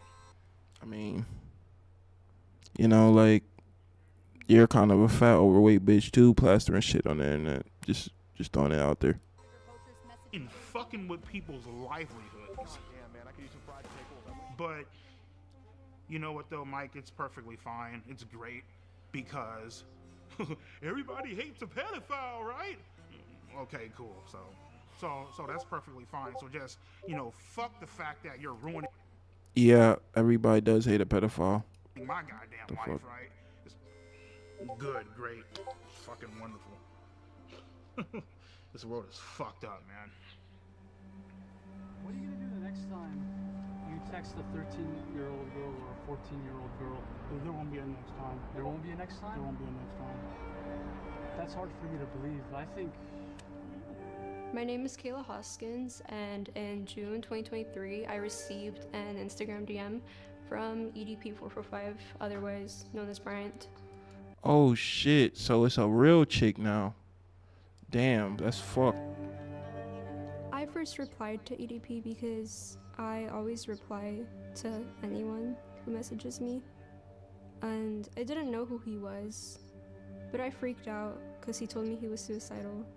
And sooner rather than later, he started sending very flirtatious messages. Since the day you messed. Bro, internet is a sick place, bro. Think about it. It's like, bro, niggas like EDP or just sick ass niggas got fucking access to a bunch of fucking kids that like just have like this shit is going on right now as we speak. Like, this is fucking crazy. Like, bro, like I said, I don't even want to watch this shit. I actually might cut this shit short. I might stop at the 50 minute mark, because I just don't want to keep basking in shit that we already know. And that's what I don't like sometimes about YouTube and these content creator shit. They'll act all oblivious and be like, oh, this nigga EDP, somebody arrest this man. How, as a grown man, you're doing da-da-da-da. How did it? Like, niggas just say buzzwords and say shit that you know already. I'm just trying to I was just reacting to this shit, but nah, this shit getting a little too sick for me, my nigga. Deep inside that fresh pussy, just Fucking away your innocence, showing you how real. Bro, that fucking away your innocence is really, that's like a slogan at this point, huh? Like, that shit's crazy. Real man does it, pinning you against the bed and taking your virginity. A while later, Jadion added EDP into his Discord, filled with kids, for a Q&A. And then when I told people like in the server that EDP texted me, Jadion quickly knew about it because his manager told him. What? I'm so confused. So you met him in a Discord server that Jadion put together? Wait a second. I gotta hear the details on that one. For a Q&A to his Discord, filled with kids. Later, a while later, Jadion added EDP into his Discord, filled with kids, for a Q&A.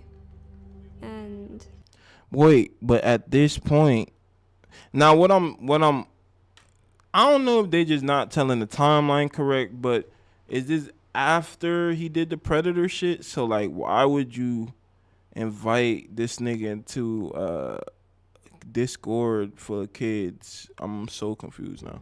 then when I told people like in the server that EDP texted me, Jadion quickly knew about it because his manager told him.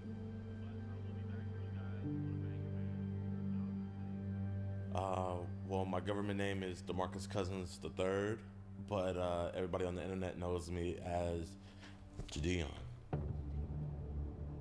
Yeah, this is like right when I saw the information, I was like, you know what? This is gonna be it, and I want to make sure that I don't screw it up. So I hit up Skeet because he knows, and he's actually gotten people prosecuted before. My name is Skeeter Gene, also known as Skeet Hansen. I am a professional Chris Hansen impersonator on YouTube. At least he kept it clean. Nigga said, I'm a Chris Hansen impersonator. I'm not a prey catcher. I'm a Chris Hansen impersonator. And I continued messaging him because it was very like encouraged for me to keep doing it. I didn't really want to, but I didn't want to disappoint anybody. Bro, these niggas is sick. That's why I'm like, bruh, this timeline, they got it better with the timeline, but it just doesn't make sense. Like, so they're basically saying like they were using her as a sting chick, and she was actually texting them, and they were like urging her to message her. Y'all niggas are kind of sick for that too, if I'm just being real, because this nigga's sending her fucking 500-pound dick pictures and shit, bruh. That ass looks in those leggings. I need you on top of me now. I've always wanted to be with a little emo girl. Because he sent me videos saying that he was gonna shoot me and kill me if I ever said anything. See, Caleb, don't mean to scare you, but now I have to fucking shoot your ass. I have to critically injure you and possibly put you in the fucking hospital. If not worse. Not only that, I have to kill everybody. It was... Bro, this nigga unhinged. He's gonna crash the world, bro. This nigga told this bitch he gonna kill her if she telling Brian. Oh shit, this nigga, see, now he getting to the point where it's like, you can't play that fucking, I was desperate, things weren't going the way, and I was scared to talk to chicks. It's like, nah, nigga, you full on, like, aggressively pressing kids. Like, you're wildin'. uncomfortable. Like, there was days where I didn't even like want to leave my bed. And he was trying to fly me out to Vegas on my 16th birthday to give me, quote, birthday dick.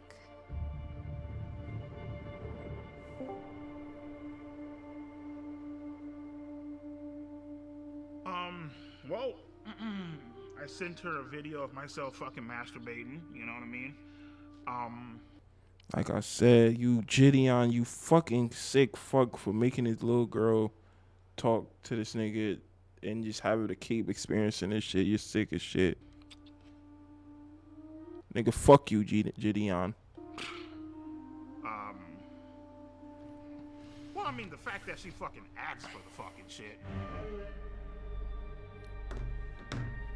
When EDP sent me photos that were very explicit of him, I felt very uncomfortable, but I didn't really know what to do because I felt like it was encouraged by everybody. And yeah. Bro, you niggas is sick, bro. Like, y'all didn't even be like, you know what? Like, he talked to her sexually and like, y'all had enough. Like, and y'all still made her talk to this nigga. She's all like, hey, would you like to see a picture of my tits? Sure, why not? What the fuck? Like, why the fuck are you even asking me that fucking shit? Sure, why not? So I did play a part in it too, okay? I'm looking like, sure, why not? You know? Yeah. The reason I let her send me those pictures is because I was horny as fucking beating my shit at the time. I ain't gonna lie, bro. She has a... Never mind, I ain't gonna say that. Go ahead. Bruh, what? He was about to say some crazy shit. He was about to say she got some great New York boobs. Bro, that's wild. Bro, this is wild. Yeah, like he said, this shit disturbing. I watch a lot of disturbing film. My thing is, I could watch this shit on my own time, but I can't react to no shit like this while I'm just sitting on stream because it feel like I'm just saying the same shit over and over. You are fucking sick.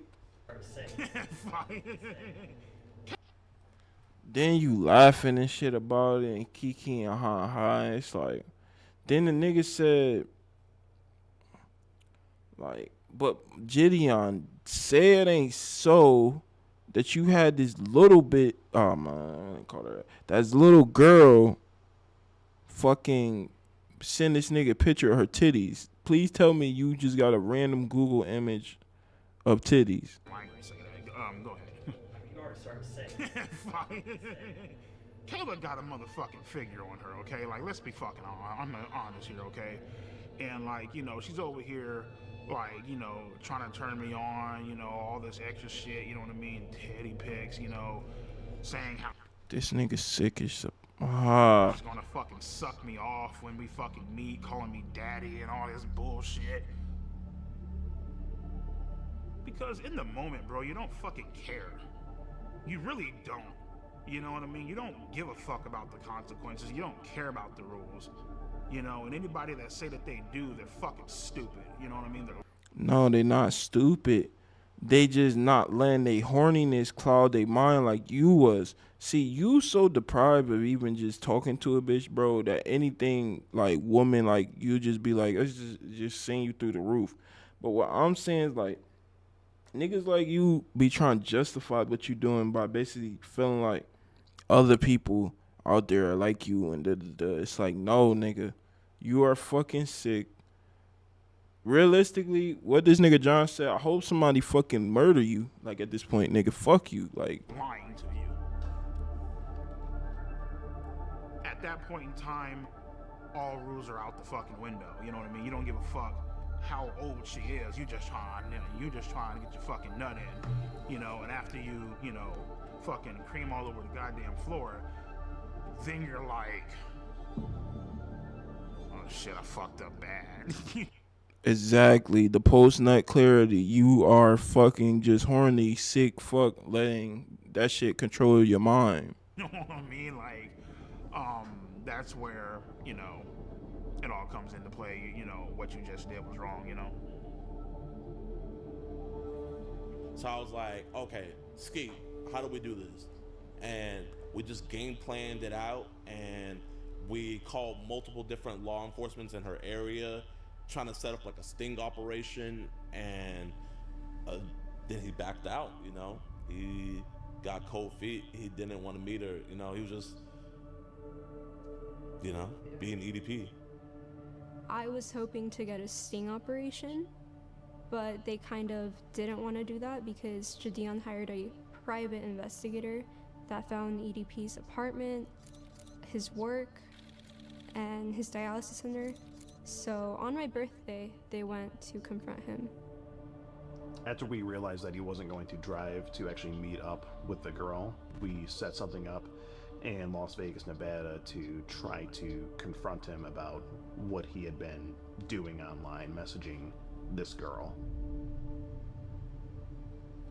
This nigga sick, like trying to be funny with the cupcake shit. It's like, bro, none of this shit is funny or a joke and matter. Like, these are real people, real kids that like get affected by stuff like this. And that's why I ain't want like, cause I be trying to keep my content like kind of funny, kind of jokey.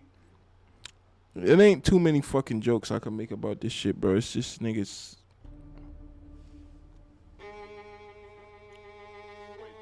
Honda CV? That looks like him? That's a Honda, bro. That's it. I think I'm looking in. Oh my god, dear lord, it's EDP. It's EDP in the flesh. I love you, bro. And as I'm walking into the dialysis center, these motherfuckers pop out the goddamn van. What's up, bro? Right then and there, I was like, give me Kayla's address because I'm about to hop in this car and I'm about to go blow this bitch's brains out. Texting me right now, so he told me fuck you, bitch. I don't give a fuck if you're a minor. I don't give a fuck. Oh, well, you know, she's just a girl. You can't be doing that shit. Bitch, you gotta die. He cussed me out. Oh, so he was saying it about her, like she set the cops on him, so she gotta die. Like she set him up for the second time. But nigga, realistically, you set yourself up. But in all fairness, the nigga Gideon is a sick nigga too. If he made her send boob pics, she hasn't explicitly said that. But I'm trying to figure out. That's a question that never been asked or answered. Like, where did the boob pic come from? He told me to, I believe, he told me to kiss his ass. 2 years ago, you were caught kiss my ass. And The whole meetup was underwhelming, you know? Like, he just went inside. Brian, it's disappointing. He said 2 words and then he walked right in. Basically, what's going through my mind, don't say a fucking word. we really do just want to have just a civil conversation. They ain't got shit on you. As long as you don't say a word, you good to go. I mean, it's crazy because, like, not trying to be on no funny shit, but I just don't understand why a bunch of predators don't feel.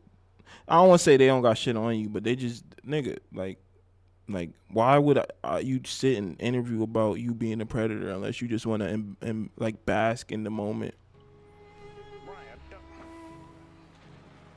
Bryant. Don't be like this, Bryant. I just have a few questions. It's an embarrassing clown show. He says the same thing over and over again. The way this investigation, it's not really an investigation, but the way this was conducted makes it unprosecutable. And you've got... But here's the thing, too. They were trying to bait him in with the fucking meet the chick and da-da-da, and then they was going to do this thing there. But my thing is, why can't you just wait? Like, I feel like y'all should have just waited. Like, if... Like, why do you feel like you had to jump the gun and just pull up because he did the cold feet? Like, he obviously was still talking to the chick, so why wouldn't you just wait? Skeeter. No, you know why you didn't wait? Because you needed the fucking content, you fucking leeches. Skeeter, whatever his name is, who's clowning around. You leech-ass people. I suppose, and murdering them with a guy in a cupcake outfit. There's no serious attitude here. It's a clown show. And it resulted in nothing. I think they're...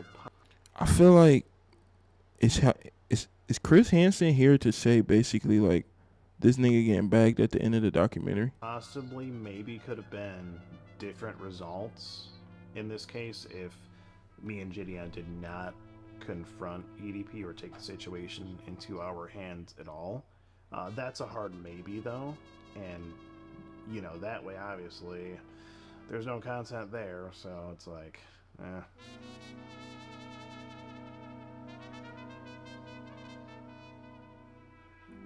What is your opinion on Skeeter Gene? I don't know Skeeter Gene. He reached out to me some time ago to collaborate, and it's not something I would ever do. Why not? Because I don't need to. I mean, I don't need to create a clown show with somebody who is merely seeking to get fame and clicks and views on YouTube. That's a fact. I mean, in a similar way, you could kind of say, you know, you were the first version of this. So sometimes it be feeling like you know, wants to be the only one doing this or because honestly, you were really the same version. But at least, like, those people were definitely going to jail most of the time. If they were getting released, then they were getting released. But they went at least got arrested. Some of these people, like you said, it's just a clown show. I have my own team, my own way of doing things, and it produces justice. The rest of these clowns, you know, they're out there goofing around. Yeah, it did definitely change my opinion on him a bit because I think he was a bit hypocritical with a statement that he made. He said that I was just doing this for clicks, views, and ad revenue, basically. I mean, are you telling me that P's not doing it for the same reasons? You know, I would really like to ask Chris Hansen that if he weren't being paid for his work, would he still do it?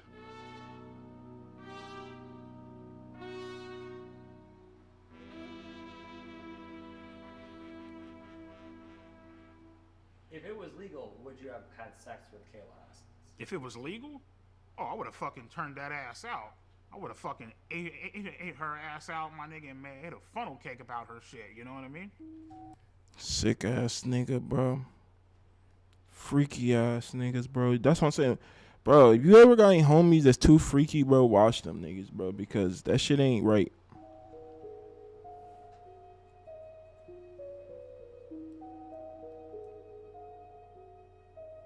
I feel like I was a victim of EDP, but I think I was mainly a victim. This is gonna sound crazy, but mainly a victim of Jadeon. Bro! I feel like for a long Didn't I just say this shit? Gideon, you a piece of shit, and even this little girl understands and recognizes it, nigga. She understand that you the one that put her up to this shit for clicks and views, and then you didn't even fucking fully get this nigga locked up. You fuck nigga. It's like little puppet. In what way were you his puppet? I feel like I was his puppet because I was just like kind of doing the things he demanded me to do. I feel like I am a victim of Gideon because he encouraged me to keep talking to a pedophile. Every Exactly. time we would talk to her, I would ask her if she's okay. Are you sure you're good? Like, I want to make sure you're okay, because I know, like, this could be really, really... Are you sure you're good? She was like, no, I'm okay, I'm okay. I want to get him arrested. I want to get him arrested.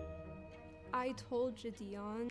Bro, just because if you asking somebody they okay, that don't mean they want to do the shit. Bro, if you tell somebody that a fat fucking 600... I didn't even want to see the fat reenactment nigga that they got on the screen. That you tell somebody that fat 600-pound nigga is sending them fucking dick pics and videos of them being off. Niggas do not want to see that shit, bro. What the fuck? It don't take a rocket science to figure that shit out. Every single time that EDP would send me dick pics, but he would never tell me to like block him or anything. I want you to block him on your phone, right? But we would tell her, if you're going to keep on talking to him, don't talk sexual, and please don't send any explicit photos. No, I did not send EDP any pictures of me that were nude. What did happen when he asked me for them was that Gideon got like a lookalike of me, and I kind of photoshopped her face into Google pictures. Okay, great. Gideon, you still a fuck nigga, but it's not as bad as I thought it was. I thought you was having her take naked pictures. Cool, bro. So it was just all Photoshop. Even though that's sick too, because it's a little girl face, adult body or whatever. But still, at least she wasn't, you know, taking her own pictures, because that would have been fucking crazy, especially on Gideon's behalf. And she told me something about like her like looking up like something in photoshopping, and I was like, okay, no, like do not do that. To my knowledge, I never knew that she actually sent anything, because I never seen any images of that. But she sent something explicit. Yeah, Kayla Haskins. This nigga lying his ass off, bruh. Bruh, this nigga's a liar, bro. And niggas like this, you gotta watch these niggas that are, you gotta watch these niggas that joke about everything, like, that don't understand when shit like this is a serious matter. Because this shit is, this nigga don't give a fuck about her or him or nothing. He's just making the content, like I said, bro. He think all this shit is funny. He want to make a joke. He pulled up in a cupcake costume. Shit's all a fucking joke for him. Actually send me a picture. of her tit. You know, she didn't Photoshop a goddamn thing. She literally sent me fucking nudes of her fucking tit. I feel like she's a fucking scam artist. I feel like she's... So somebody here lying. We don't know. But even if, like you said, this is a crime. bitch. I feel like she's very stuck up. She's very conniving. So I'd like to let the viewers know that I don't know what they're gonna say, but don't believe it. Because I have proof. I'm just too scared to show the proof because Jadion has a big audience and I don't want them to attack me. But I could show some of the proof. Proof of him kind of encouraging me. Maybe. Controlled by the Illuminati. You know, I ain't gonna lie. I'm kind of... Other claims by Kayla, Gideon is friends with multiple pedophiles. This I could 100% believe that he's friends with multiple pedos for sure. EDP is an investigating. She's sort of has a CSAM. I don't know what that is, but I guess it's like some child type stuff. EDP owns illegal firearms. He might. Shit. The thing is, Gideon is a scam artist, and he's being controlled by Illuminati. I feel like some of this shit she really claimed, but some of this shit they just throw on there, like the Illuminati shit, they're kind of trying to discredit her, bro. But if she felt like she's a victim by this nigga, who's to say she's wrong, bro? I felt the weird vibe with her and Gideon from the jump, and I've been saying this shit, and now she's saying it. Oh shit. The whole situation as leverage to boost her music career and such. So, you know, again, while she, you know, she's technically, she's a victim, I think she's kind of such. So, you know, again. Damn, it's hella claims here. So, EDP is arrested for drug crimes. Is currently victimizing another minor. Leverage to boost her music career and. Bro, this bitch hasn't. Let me stop calling her bitch. But this little girl ain't what you call it. She ain't say nothing unless they clipped it out about her music the whole time since the shit. But we gonna see. Such. So, you know, again, while she, you know, she's technically, she's a victim. I think she's kind of using the whole situation as leverage to gain followers a little bit. Now, me personally, am I an opportunist? Yes, I am. But I don't think there's anything wrong with that, as long as you're not harming anybody. And I don't think I was harming anybody. And especially when you're my age, if you're 6. Oh wait, her saying she an opportunist. It got me turning heads real quick. People are gonna think that you're young and dumb. So you kind of have to be an opportunist. You have to make your own opportunities. You cannot be waiting for them. But this entire situation was not that at all. I wouldn't have said that if I were you. It don't look great on your character in this context. You got caught, but yet got lucky again. Yeah, it's a crime. Got lucky again. Me personally, I feel like the reason why they didn't do anything is because I feel like, you know, God sees all, right? He sees my mistakes. Obviously, I've been punished by him. Others have been punished by him and stuff. I feel like he saw Kayla and Gideon's master plan, and so therefore he intervened and saved my ass once the fuck again. You know what I mean? I mean, it might sound crazy, but what he's saying could be true. The only reason I say that is just because if all of this shit wasn't done with pure intentions, you know what I'm saying? Like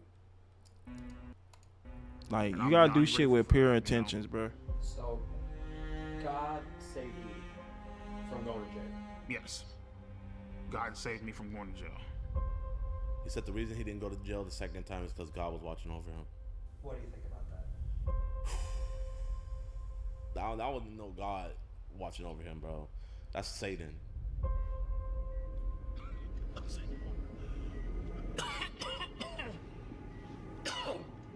Jake, I might need that water, bro. Yeah. The devil walketh about as a roaring lion, seeking whom he may devour. I could see that. See, the thing is, bro, God got a plan for everybody. So God could have quote unquote saved him in that situation, but that don't mean that ain't something worse later or greater later. Basically, what I'm saying is like people understand, man. Like people, God, things God do is not of our understanding, human understanding, and we all the time humans try to rack our brain trying to understand the stuff that God does. Sorry about that. Like you see this niggas on dialysis and all type of health problems and shit. This nigga ain't living no easy life. How are things with your health? How are things with my health? Well, in 2022, I was working security at a dispensary, and I started itching uncontrollably. I was starting to spit up black shit. When I went to go fucking beat my shit, red fucking cum was coming out of my fucking cock and shit, which I knew wasn't, fucking healthy. You know what I mean? Like, it's never healthy. And I got diagnosed with end-stage kidney failure, which is like stage 5. If I were to miss a treatment, the chances of me dying would be about maybe 65 to 70%. So I can't miss a treatment ever. You know what I mean? So health issues have been a major issue. Damn, that nigga living on a prayer. Shit.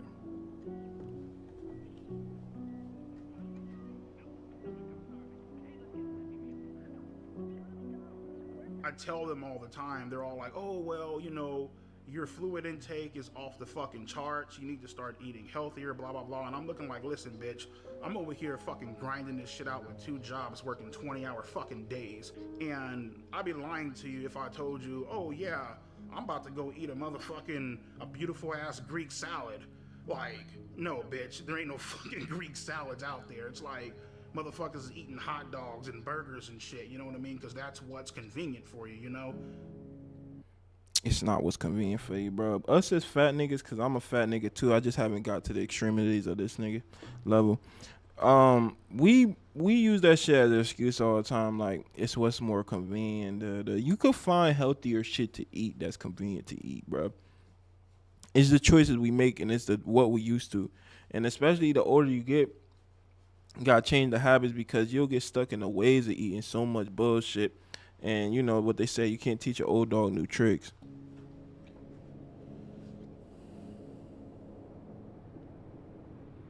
And that's the thing that really just frustrates the fuck out of me sometimes, because they paint these unrealistic ass expectations on me, you know? So for example, today is Friday? If I miss this appointment, I'll probably be dead by Monday. That's how bad it is. Oh, well, you're supposed to eat better. Motherfucker, I can't meal prep for 20 hours. I'm not even at fucking home most of the damn time. So it's like... It's not meal prep, bro. You just find the healthier options. Like, nigga, all you gotta do is buy some granola, keep that shit with you. Buy little healthier options. Like, you could eat. Niggas like you that are fat as fuck, like, so big, like it's hard to walk around and shit.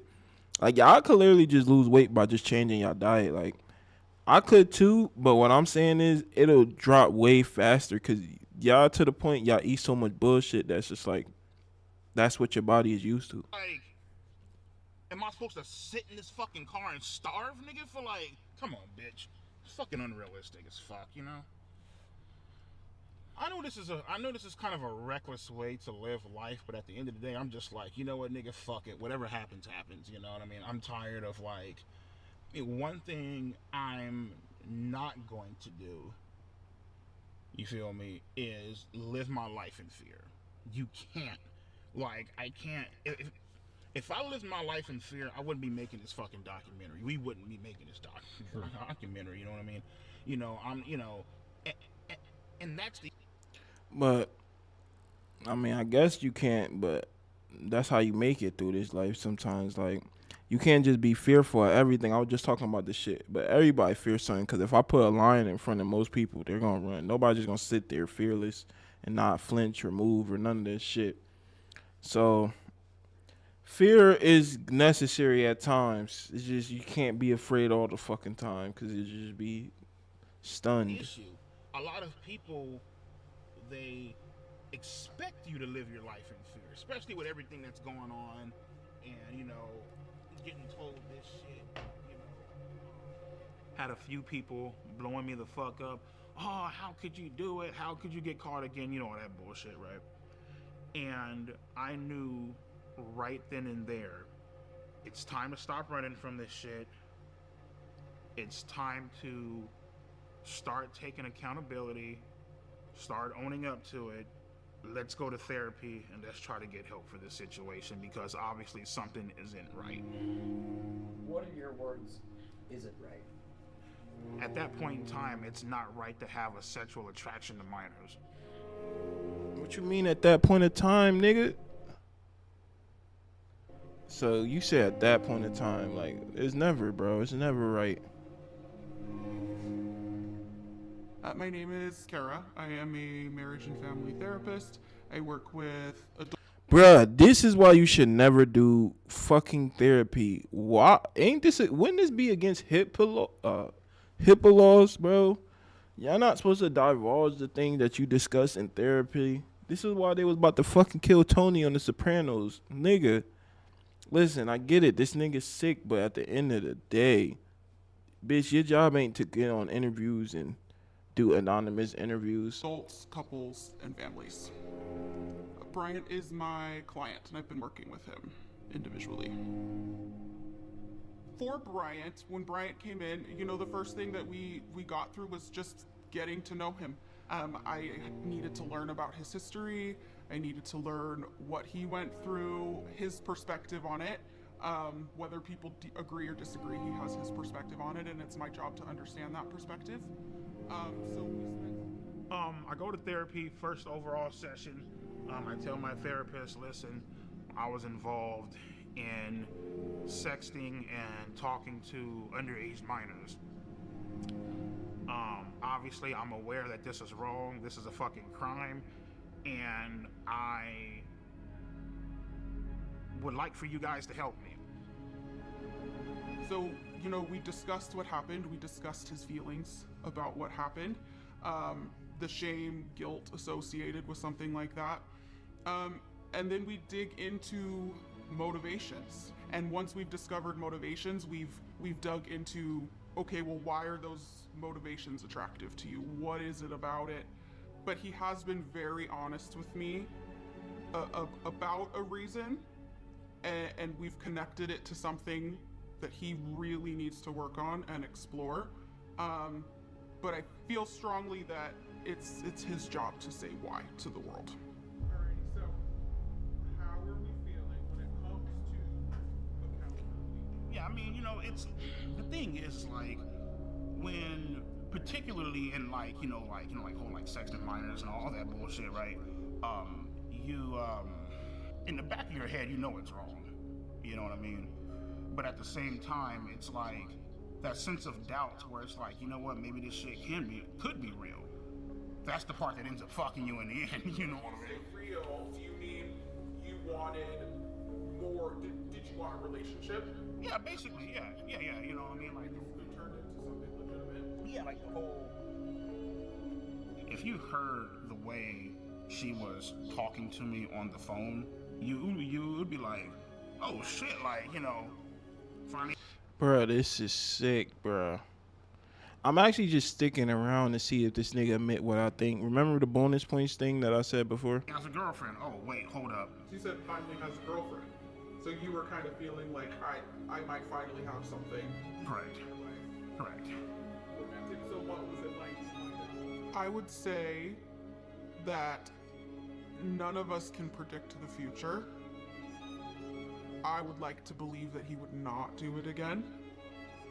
What I can say is that we are not suggesting that he quit therapy anytime soon.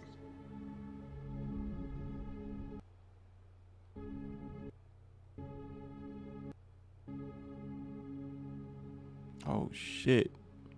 He's off the he's AWOL. I'm kind of glad that this whole incident did happen because it got me to understand and to realize who my true friends are. You know? Friends are loyal, friends are kind, friends are always on your mind. When I'm with my friends, I'm feeling fine. Oh Name's Jimmy. shit. Well, James, go by Jimmy. Been a friend of Brian. Damn, this nigga his friend, and he getting on camera claiming it. This a real friend. This nigga standing by his homie for everything. It don't matter. This a real friend right here. Since technically middle school, into high school. And A sick friend at that though. into adulthood. Never a dull moment being friends with EDP.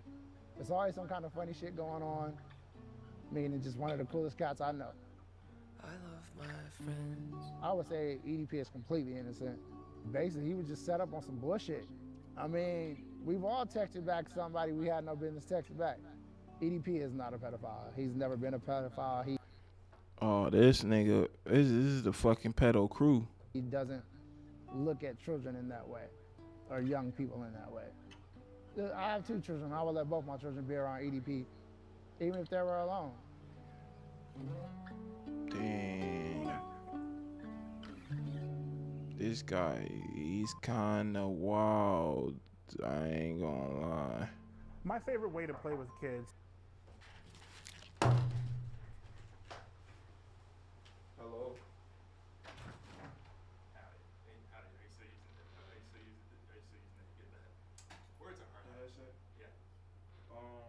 Can I get like 15 more minutes with it? Absolutely. Alright, I'm sorry, bro. Was it yours? No, it's just that I misplaced my earbuds back at home. I usually when I'm here, I will snack them. But yeah, 15 minutes. Yeah. I apologize, bro. Bro, I ain't gonna lie, bro.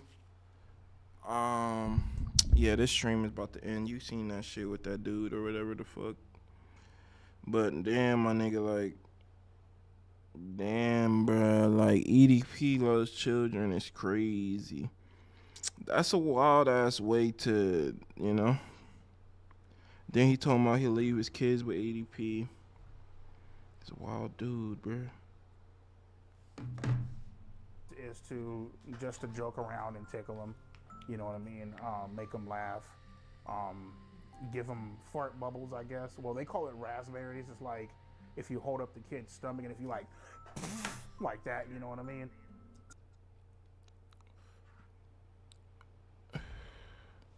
Nah, bro, this nigga like getting too physical with children, bro. Like he's not even naming like activities he like to do. He talking about like physical things he does with children. Give them fart bubbles, I guess. Well, they call it make them play with kids is to just to joke around and tickle them, you know what I mean? Make them laugh, give them fart bubbles, I guess. Well, they call it raspberries. It's like if you hold up the kid's stomach and if you like, bro, this just got like whole new levels of sick, bro. that, you know what I mean? Some of the things I like to do when playing with kids is like I like to sidewalk slam them up on the couch, power slam them up on the couch. Hell, sometimes if I'm crazy as fuck enough, I'll jump off the goddamn wall. You didn't do a Shawn Michaels elbow drop on under motherfuckers. Yeah, I just Yeah, this nigga does not need to be around any children at all. What the fuck? wrestling with them and being goofy, you know. Have they started teaching you guys about the solar system? You're like, what the fuck is that, right? All 9 planets actually spin around the sun. To anybody who thinks that it's weird for me to play, Then it's strange because like her reaction, she not saying nothing. She seemed almost uncomfortable like around them. Oh my god, why are they showing this? and like being around kids, you guys can lick my ass and suck my fucking balls. You guys can go fuck yourself, in other words. Nigga, fuck you. You could go fuck yourself. You probably done that. Oh yeah, you did that till you fucking claim blood. You fucking sick fuck. Sorry about that.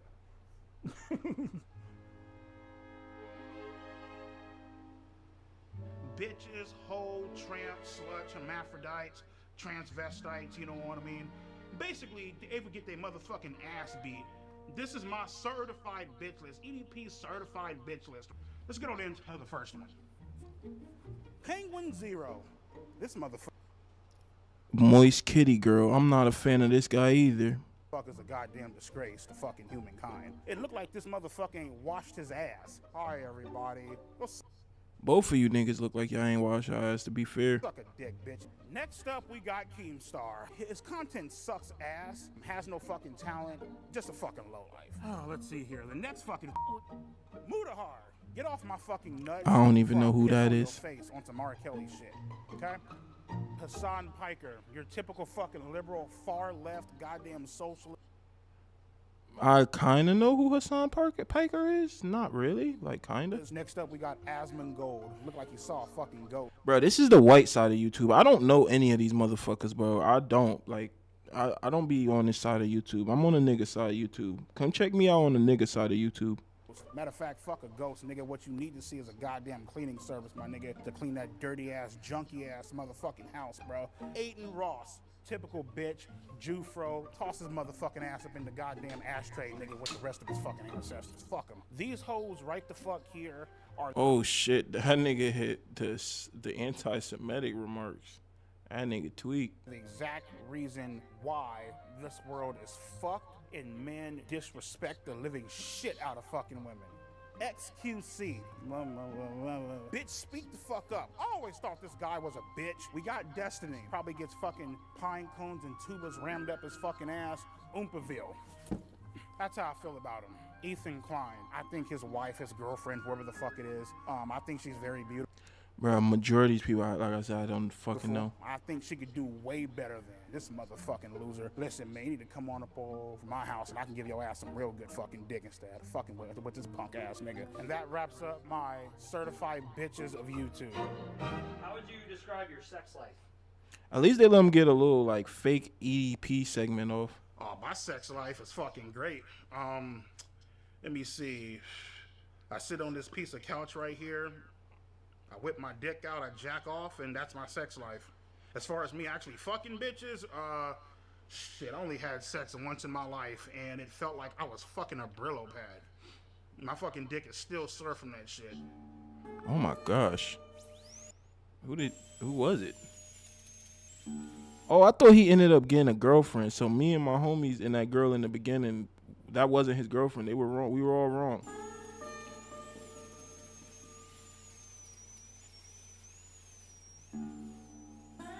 So the thing is like, I've been looking for a girlfriend for almost 5 to 6 years. It's been a while. It's been a journey. I'm the type of person that I know what the hell that I want. I'm not going to sit back and, you know... Oh my God. Settle for less. Why? They just wanted to make this disturbing. They were like, yeah, let's just get the disturbing clips in this motherfucker. Like, off the come goddamn on. table. You know what I mean?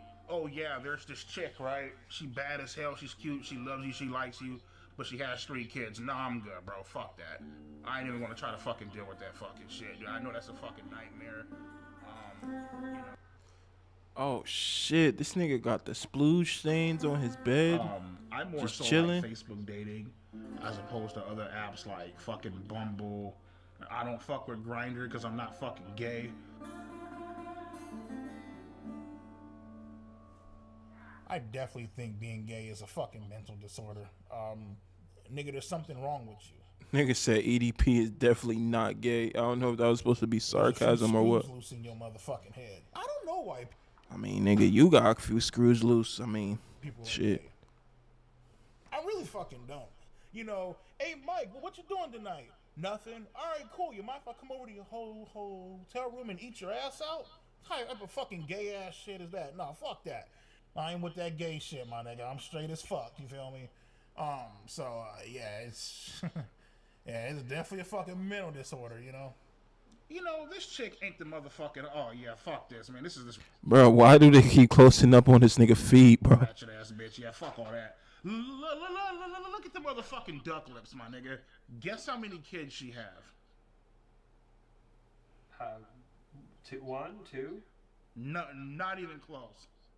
3. Not even close. 5. 4, Not even close. 5, Not even close. 6, You're almost there. 7, No. 8. She has 8 fucking kids, bro. Single mom to 8 motherfucking kids. To be fair, what he's talking about is like very true. If you use like Facebook Day and almost all them bitches got kids and all them, they're all. What's wrong with 8 kids? Nigga, Mike Clump, bro, come on, bro.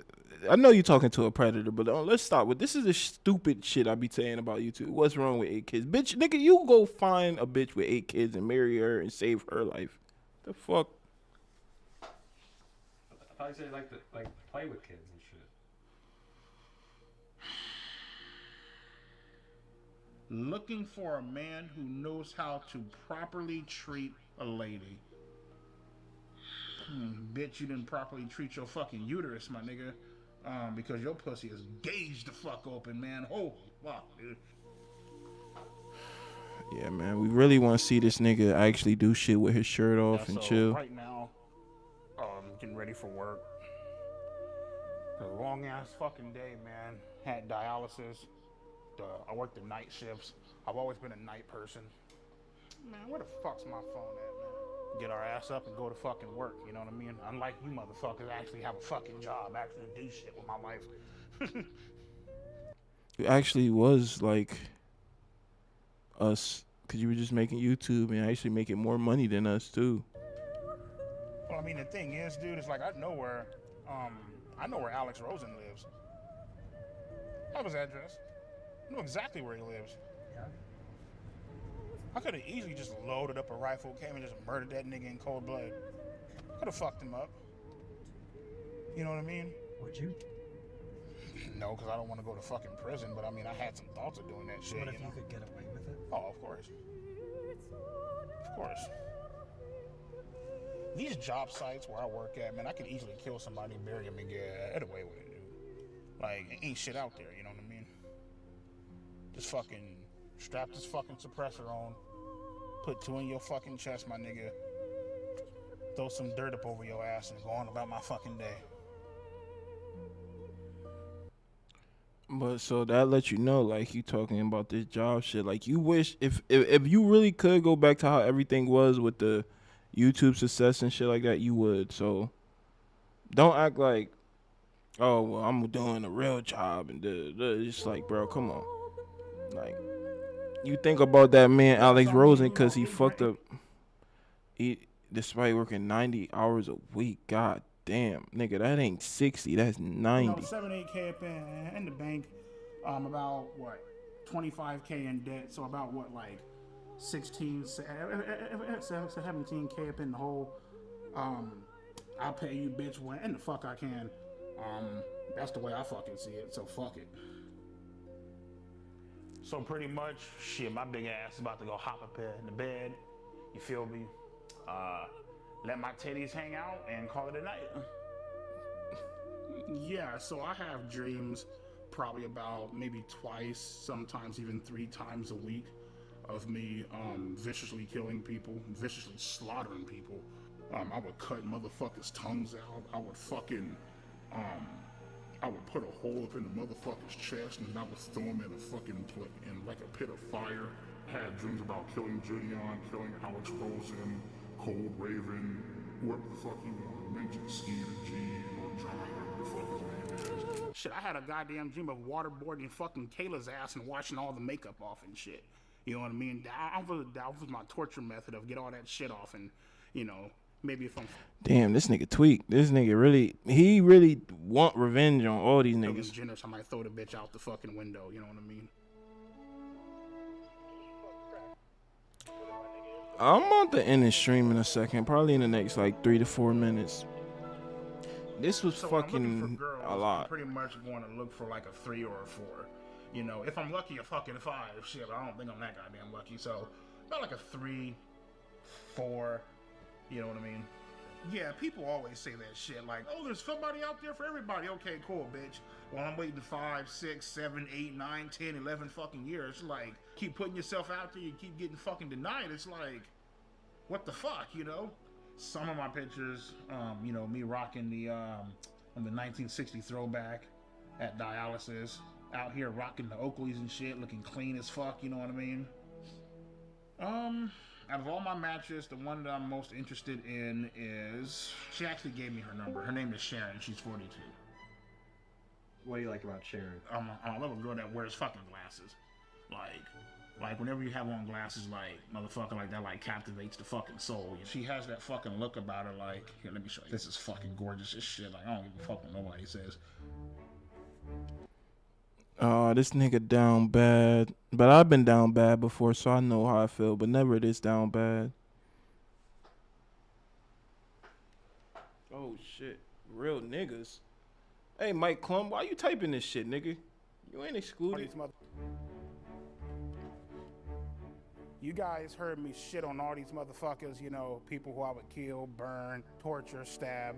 I want to introduce you guys to the real fucking gangsters of the fucking internet, you know what I mean? First up, we got Andrew Tate. He likes to preach about men and women not being equal, because they're not fucking equal. Next up, we got my motherfucking main bitch, Donald fucking Trump. We got my man, Joe Rogan. This guy's a fucking That nigga got Donald Trump as his main bitch. Is crazy. beast, man. I love this bald-headed ass bitch, you know what I mean? We got Fresh and...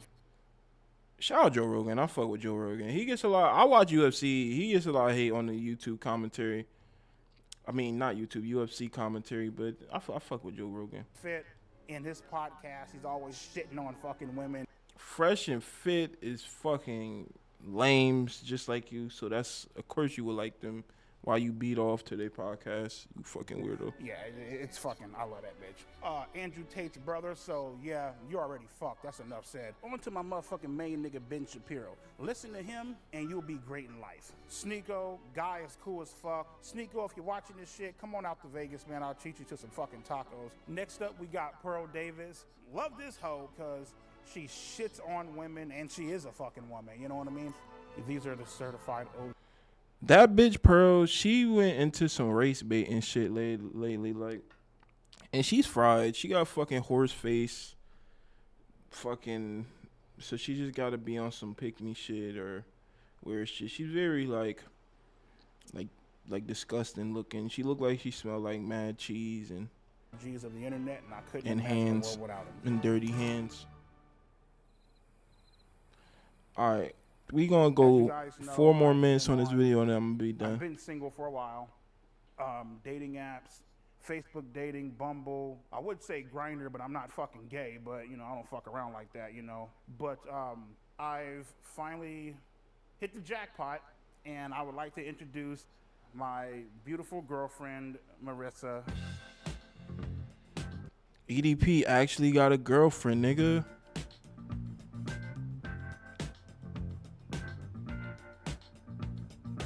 I believe in miracles. I believe in miracles. You know, the thing I really love about Marissa the most is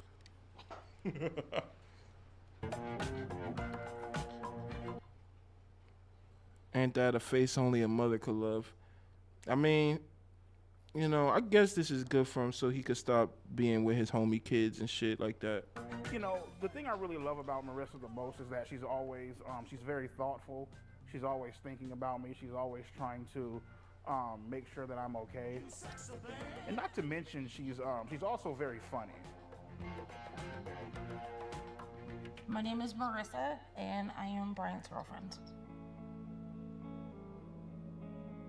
So Brian and I met on a dating site. And after having some conversation online, we decided The question is, does she know? Does she know who he really is? to go out to dinner and just kind of meet that way. You know, we were able to just really hit it off. We compliment each other a great deal, and we just have a lot of great time together. He's a genuine, great guy. He really is. He really has a huge heart, and it's a side that people don't get to know about him very often. And I was fortunate enough to have that opportunity. I was fortunate enough to be able to find the true person that he really was, and it's been an attraction of mine ever since. Yeah, man. Stay away from them kids. Just get you a big burly white bitch, bro. That's what it's all about. She's always there for me, and she's always trying to push me to get better. Sometimes when I don't see the potential in myself, she's always there seeing it. That's something that I really enjoy about her.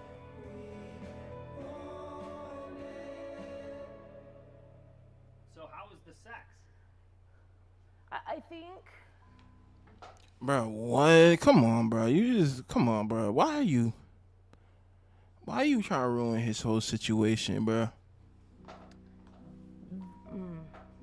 how do I want to say that? It is something This nigga look like he about to cry. that definitely it's a situation where not that we don't want. I've been with what's her face, Marissa, for almost a fucking year now, right? Still ain't gotten shit. Ain't that a bitch? You know what I mean? Like, come on. Brand, damn, no sex for a year is kind of fucking crazy. I ain't gonna lie, but maybe she knows. I don't know. So what is she there for? I guess she just needs like a companion, man. You know what I mean? That's why, my God, she gets mad at me, right? My God, you're so gross. Why do you watch porn? Blah, blah, blah. Because you ain't giving it the fuck up. So I gotta watch porn. Damn, you might be pushing. Do you know what this nigga was doing before he met you? Get this nigga some pussy. Well, you probably shouldn't, honestly, because realistically, it's just like he don't deserve it. But still, it's like you might save some child's life out there. You're wildin'. Matter of fact, I got a fucking shit. Matter of fact, I got a fucking pocket pussy coming. Shit, up in the mail. I'm gonna fuck the shit out that bad bitch tonight. Feel me? I might take it to work with me.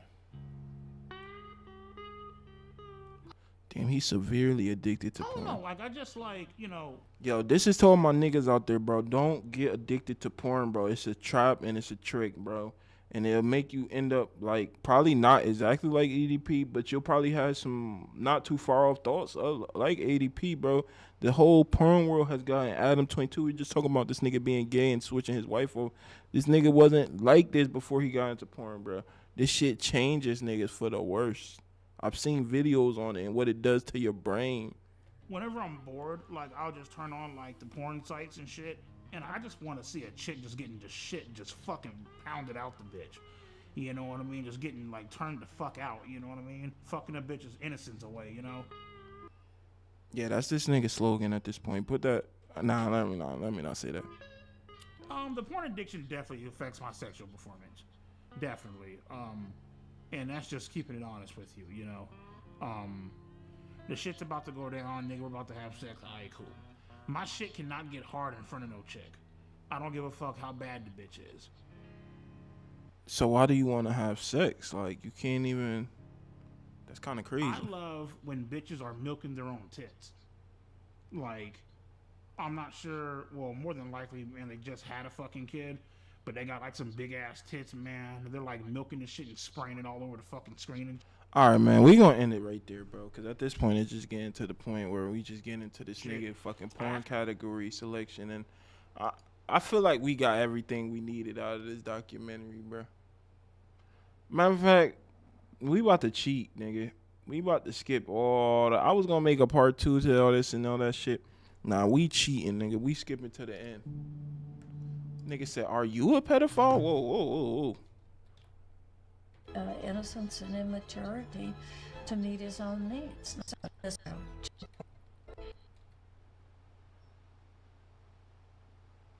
We gonna watch Underdeveloped, they don't know. 8 Shut minutes. The fuck up, bitch. Now you're just making fucking. Then all right, let's you know get what to I it. mean? Like, I don't, you know what I mean? So.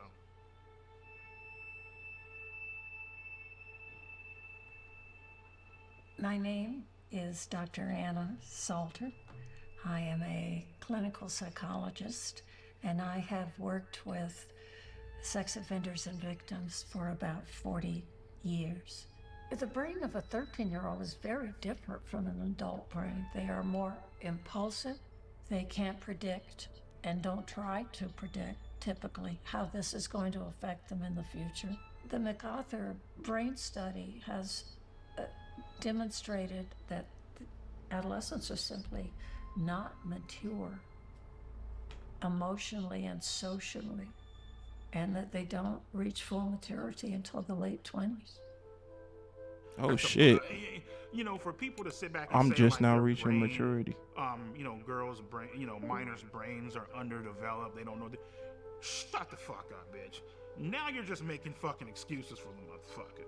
For a motherfucker that said, oh well, their brain is underdeveloped. Okay, bitch, whatever you say. Cool. All right. Nigga, what? Are you retarded? You don't remember being a kid, so you telling me your brain was fully developed? It was the same as it was a kid as it was then now. Like, what, bro? Come on, man. Don't be on that. Well, let's just say you didn't know what you know as a kid. Obviously, you learn things as you go, but even your decision making as a kid is usually not the greatest.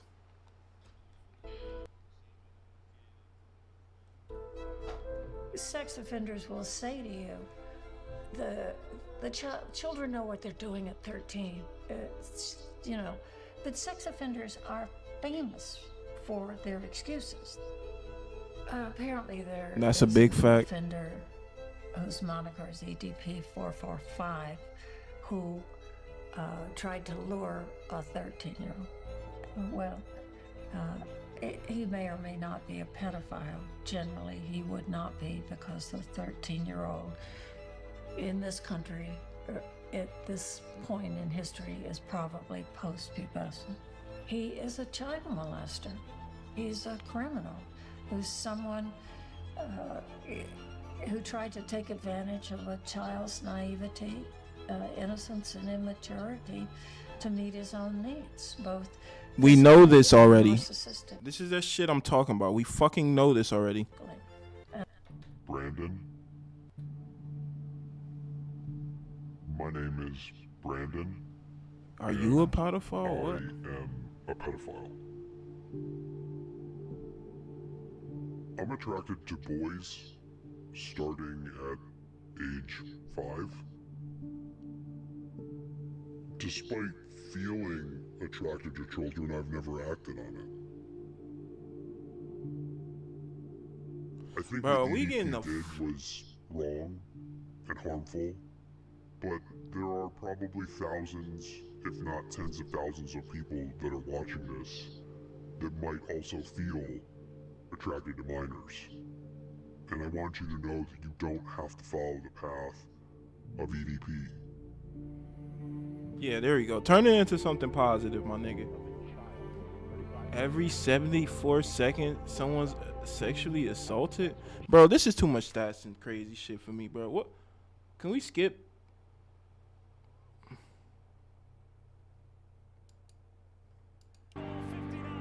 Listen, man, it's time to have a great time, bro. Shit right now. Chris. I shouldn't be great.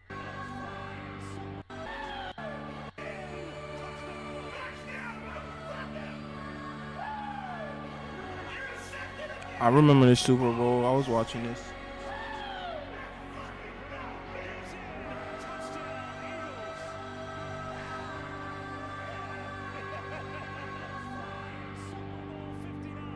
Listen, man, it's time to have a great time, bro. It's crazy because I had a similar experience, not to anything else in this documentary, but this very moment. But I am a Knicks fan, and we won for the first time in like not too long ago, so I know exactly how you feel watching this. Due to my dialysis and due to my kidney failure, but fuck it, I don't give a shit right now. I got my pills here. This shit is loaded in phosphorus. It could possibly kill me. EDP has a bright future. Once the world gets off this hang up that they're on, which I feel like it's gonna blow over. So once that blows over, the sky's the limit with him. He can go as far as he wants to go.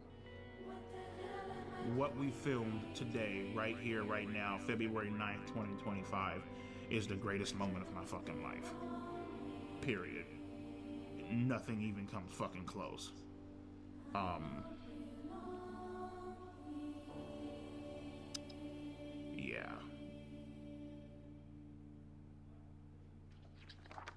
Wrote this?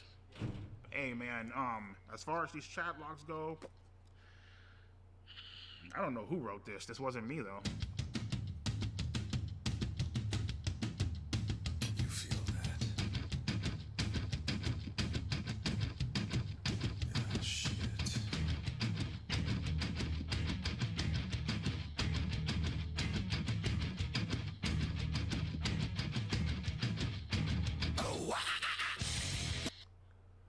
Alright, man. This shit was over. Let me sign on my fucking Instagram and shit like that. The stream is over. All this shit is over. How you sign out of this shit, dude? Oh yeah. Yeah, man, yeah.